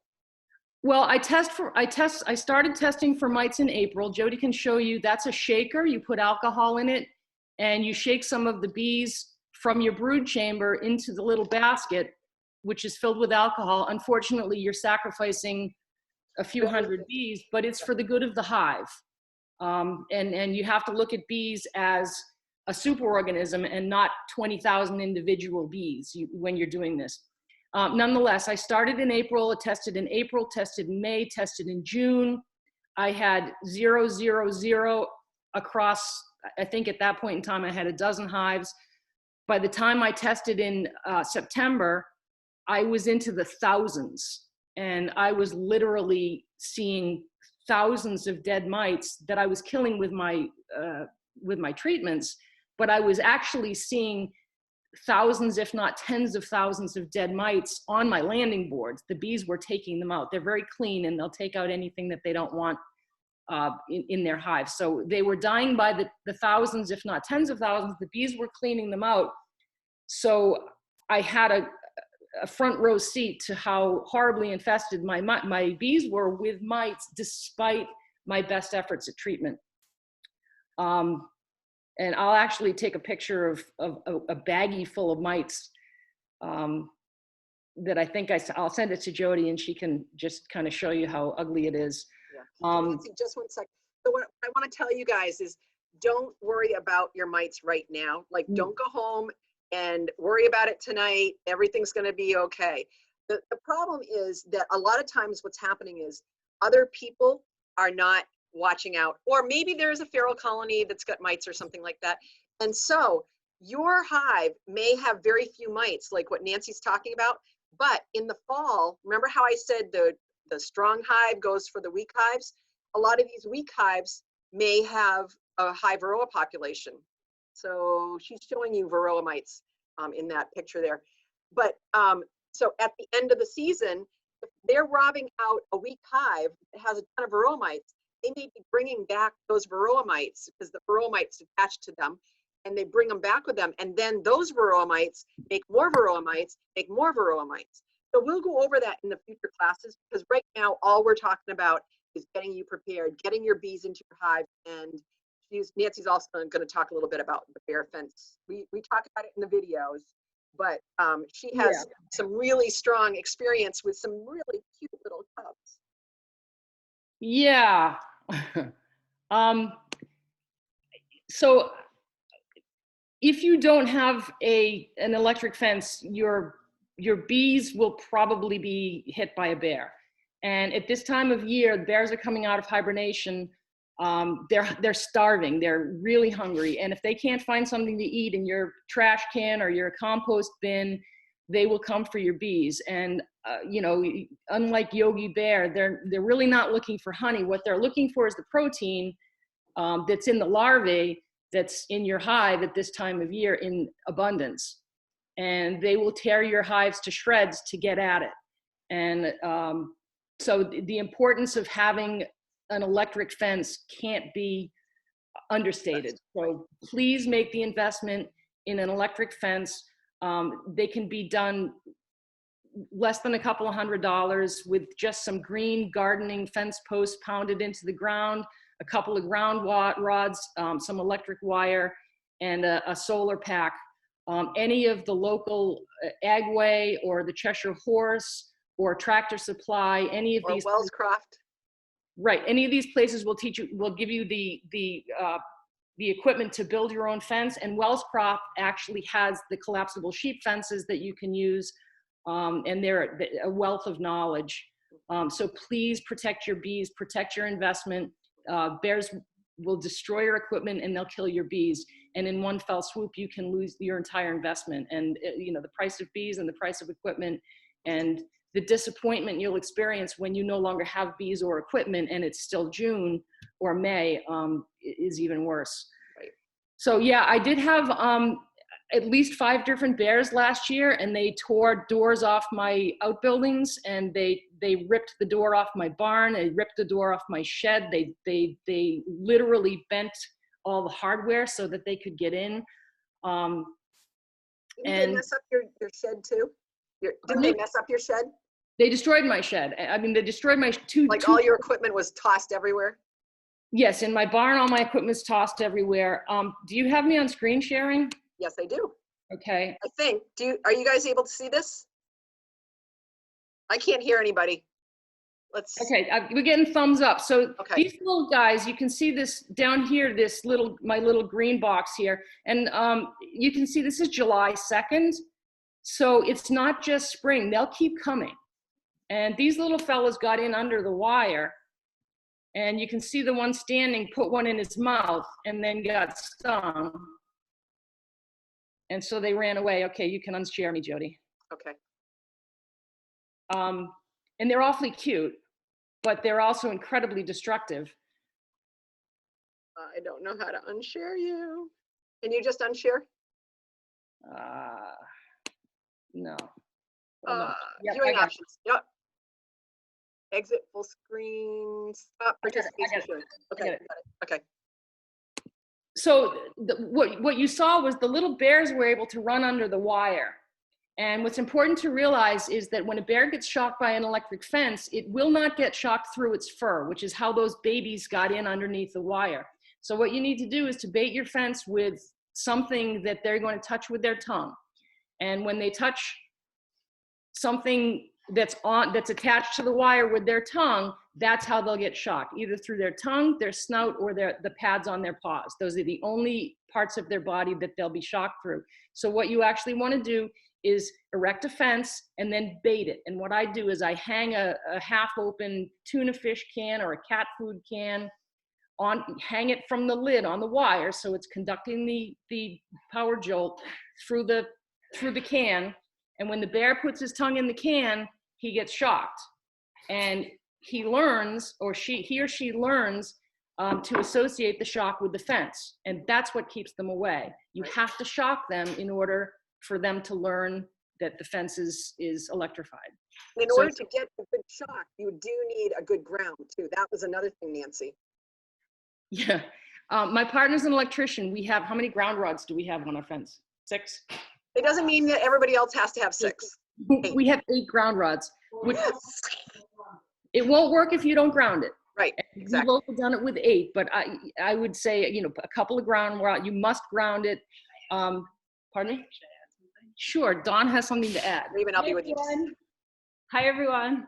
The biggest mistake people make with electric fences is they don't drive the ground rod properly. So a lot of people drive the ground rod and hit a rock and then cut it off. You know, you want an 8-foot ground rod and you need to drive it vertically. And you need to just beat on it until you get it into the ground.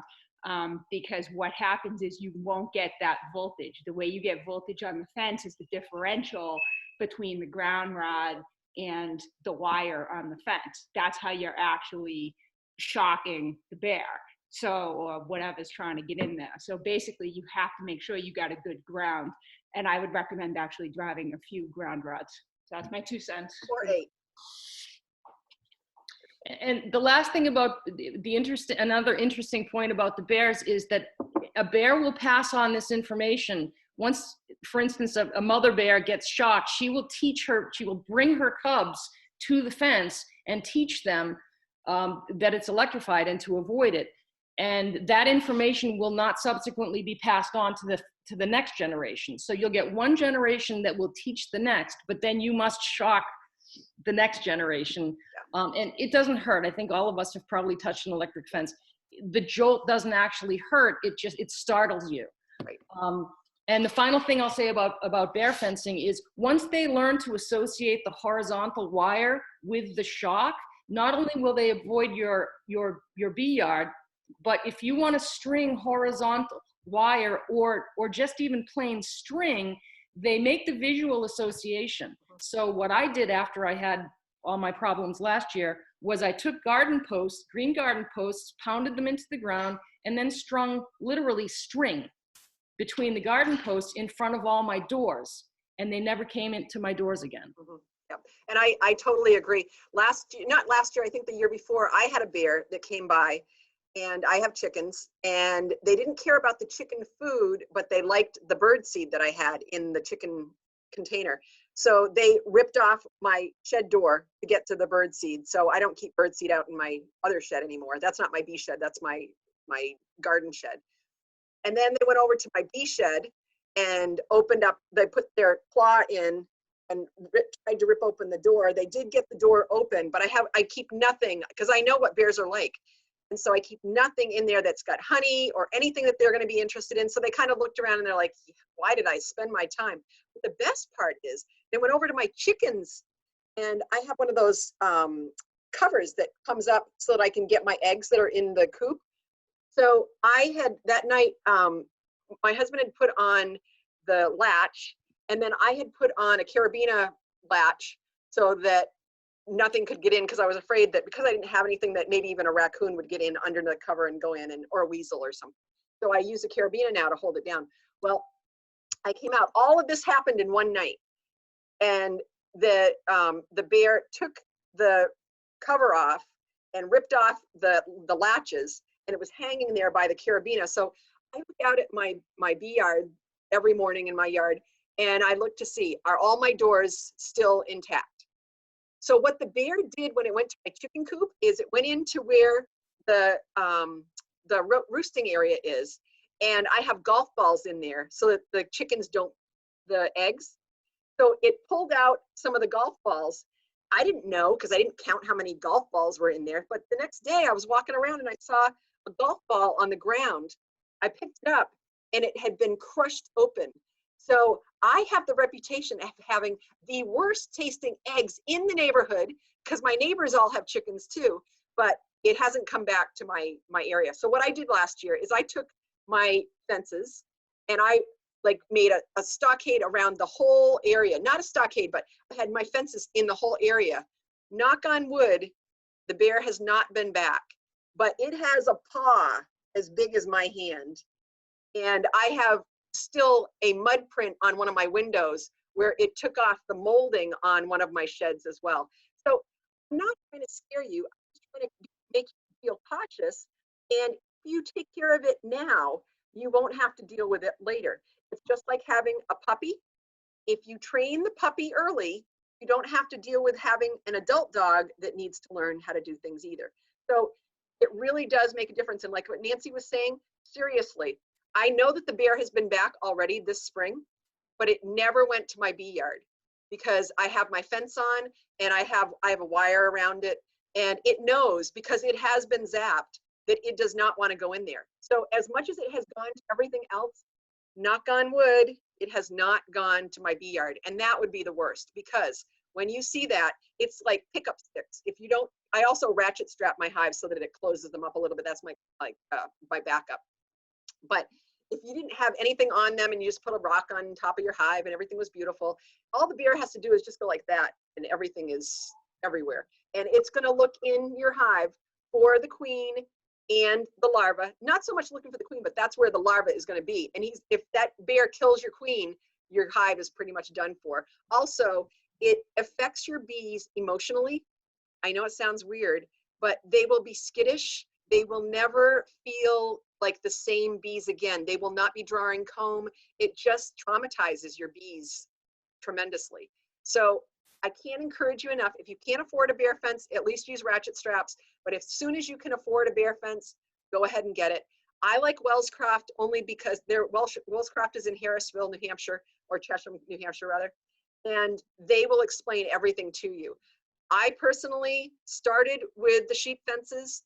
I now use wire in many of my yards just because I want to know that it's definitely taken care of. And if you go to Nancy's yard and you come to one of our workshops at some point there, you will see she's got 4 strands, Nancy? 4 or 5 strands? 4 strands, and then she's got it grounded. There should never be a bear that comes through that fence, especially if she's got it trained, and that's why she does use something to bait the fence. Okay, last thing I wanted to mention, are you good, Nancy? Okay, so the last thing I wanted to mention is used equipment. Please do not buy used equipment. Unless you know your friend and they got out of beekeeping because they couldn't do it anymore, or for some reason something happened, but there was never any disease. This is one of the things that you don't know when you go by the side of the road and somebody says, free. Yes, that's exciting, but especially woodenware, a lot of the disease that bees can get can be in the woodenware and in the wax and different things like that. So just know that you're taking a chance if you're buying or picking up for free used equipment. You can use things like a veil and gloves and a smoker, things like that. But if it has something to do with the bees, you don't want to take that chance. And also, when you're painting your hives, I can't stress this enough, please do not paint the upper edge or the bottom edge of your hives, only the outside. The bees do not like any kind of stuff painted inside the hive.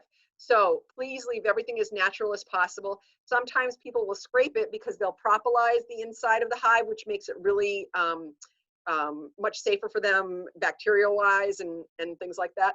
but just paint the outside. I don't like to use oil-based paint. I like to use a latex just because it's easy to clean up and it doesn't leave a huge odor. Some people will use stain. Whatever you do, try to think of the health of the bees. Everything that you do, always remember that the bees come first, okay? We can go into the hives as many times as we want. We can do whatever we want to do, but just realize that we are now going to be caring for our bees.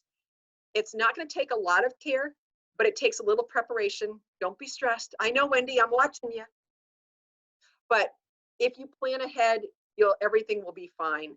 And just know that your bees are resilient. They can come back. And anything that you do can probably be fixed.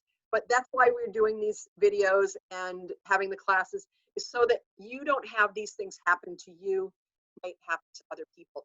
And we can give you history of things, and we can give you experience from different things. So what I'd like you guys to do, it's 11:15 now.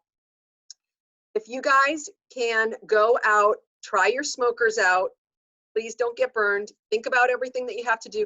And then later on, when you have a chance, watch the videos again, just because I know when I was first putting my hive of bees in, my package, I was really scared and I really didn't want to do it myself. And then after I did it, I was like, what was I worried about? It wasn't that hard. The bees are not cranky. You don't use a smoker when you're putting in a package. You use a smoker when you're putting in a nuke, but there's all these things. So knowledge is power, okay? So you guys all good? I don't see anybody that has their hands up, but fingers up. That's awesome. Thumbs up. Okay, awesome. So I want you guys to go and use your smokers. We'll be back in about 3/4 of an hour, and this is going to be your first experience, really, except for Rob and Sarah, and Nancy, of course, and Joe and Beth. But this is going to be your first experience at getting really started in the hive and getting stuff started to become beekeepers. Okay? All right. We'll see you guys later. And good luck. I'm signing out.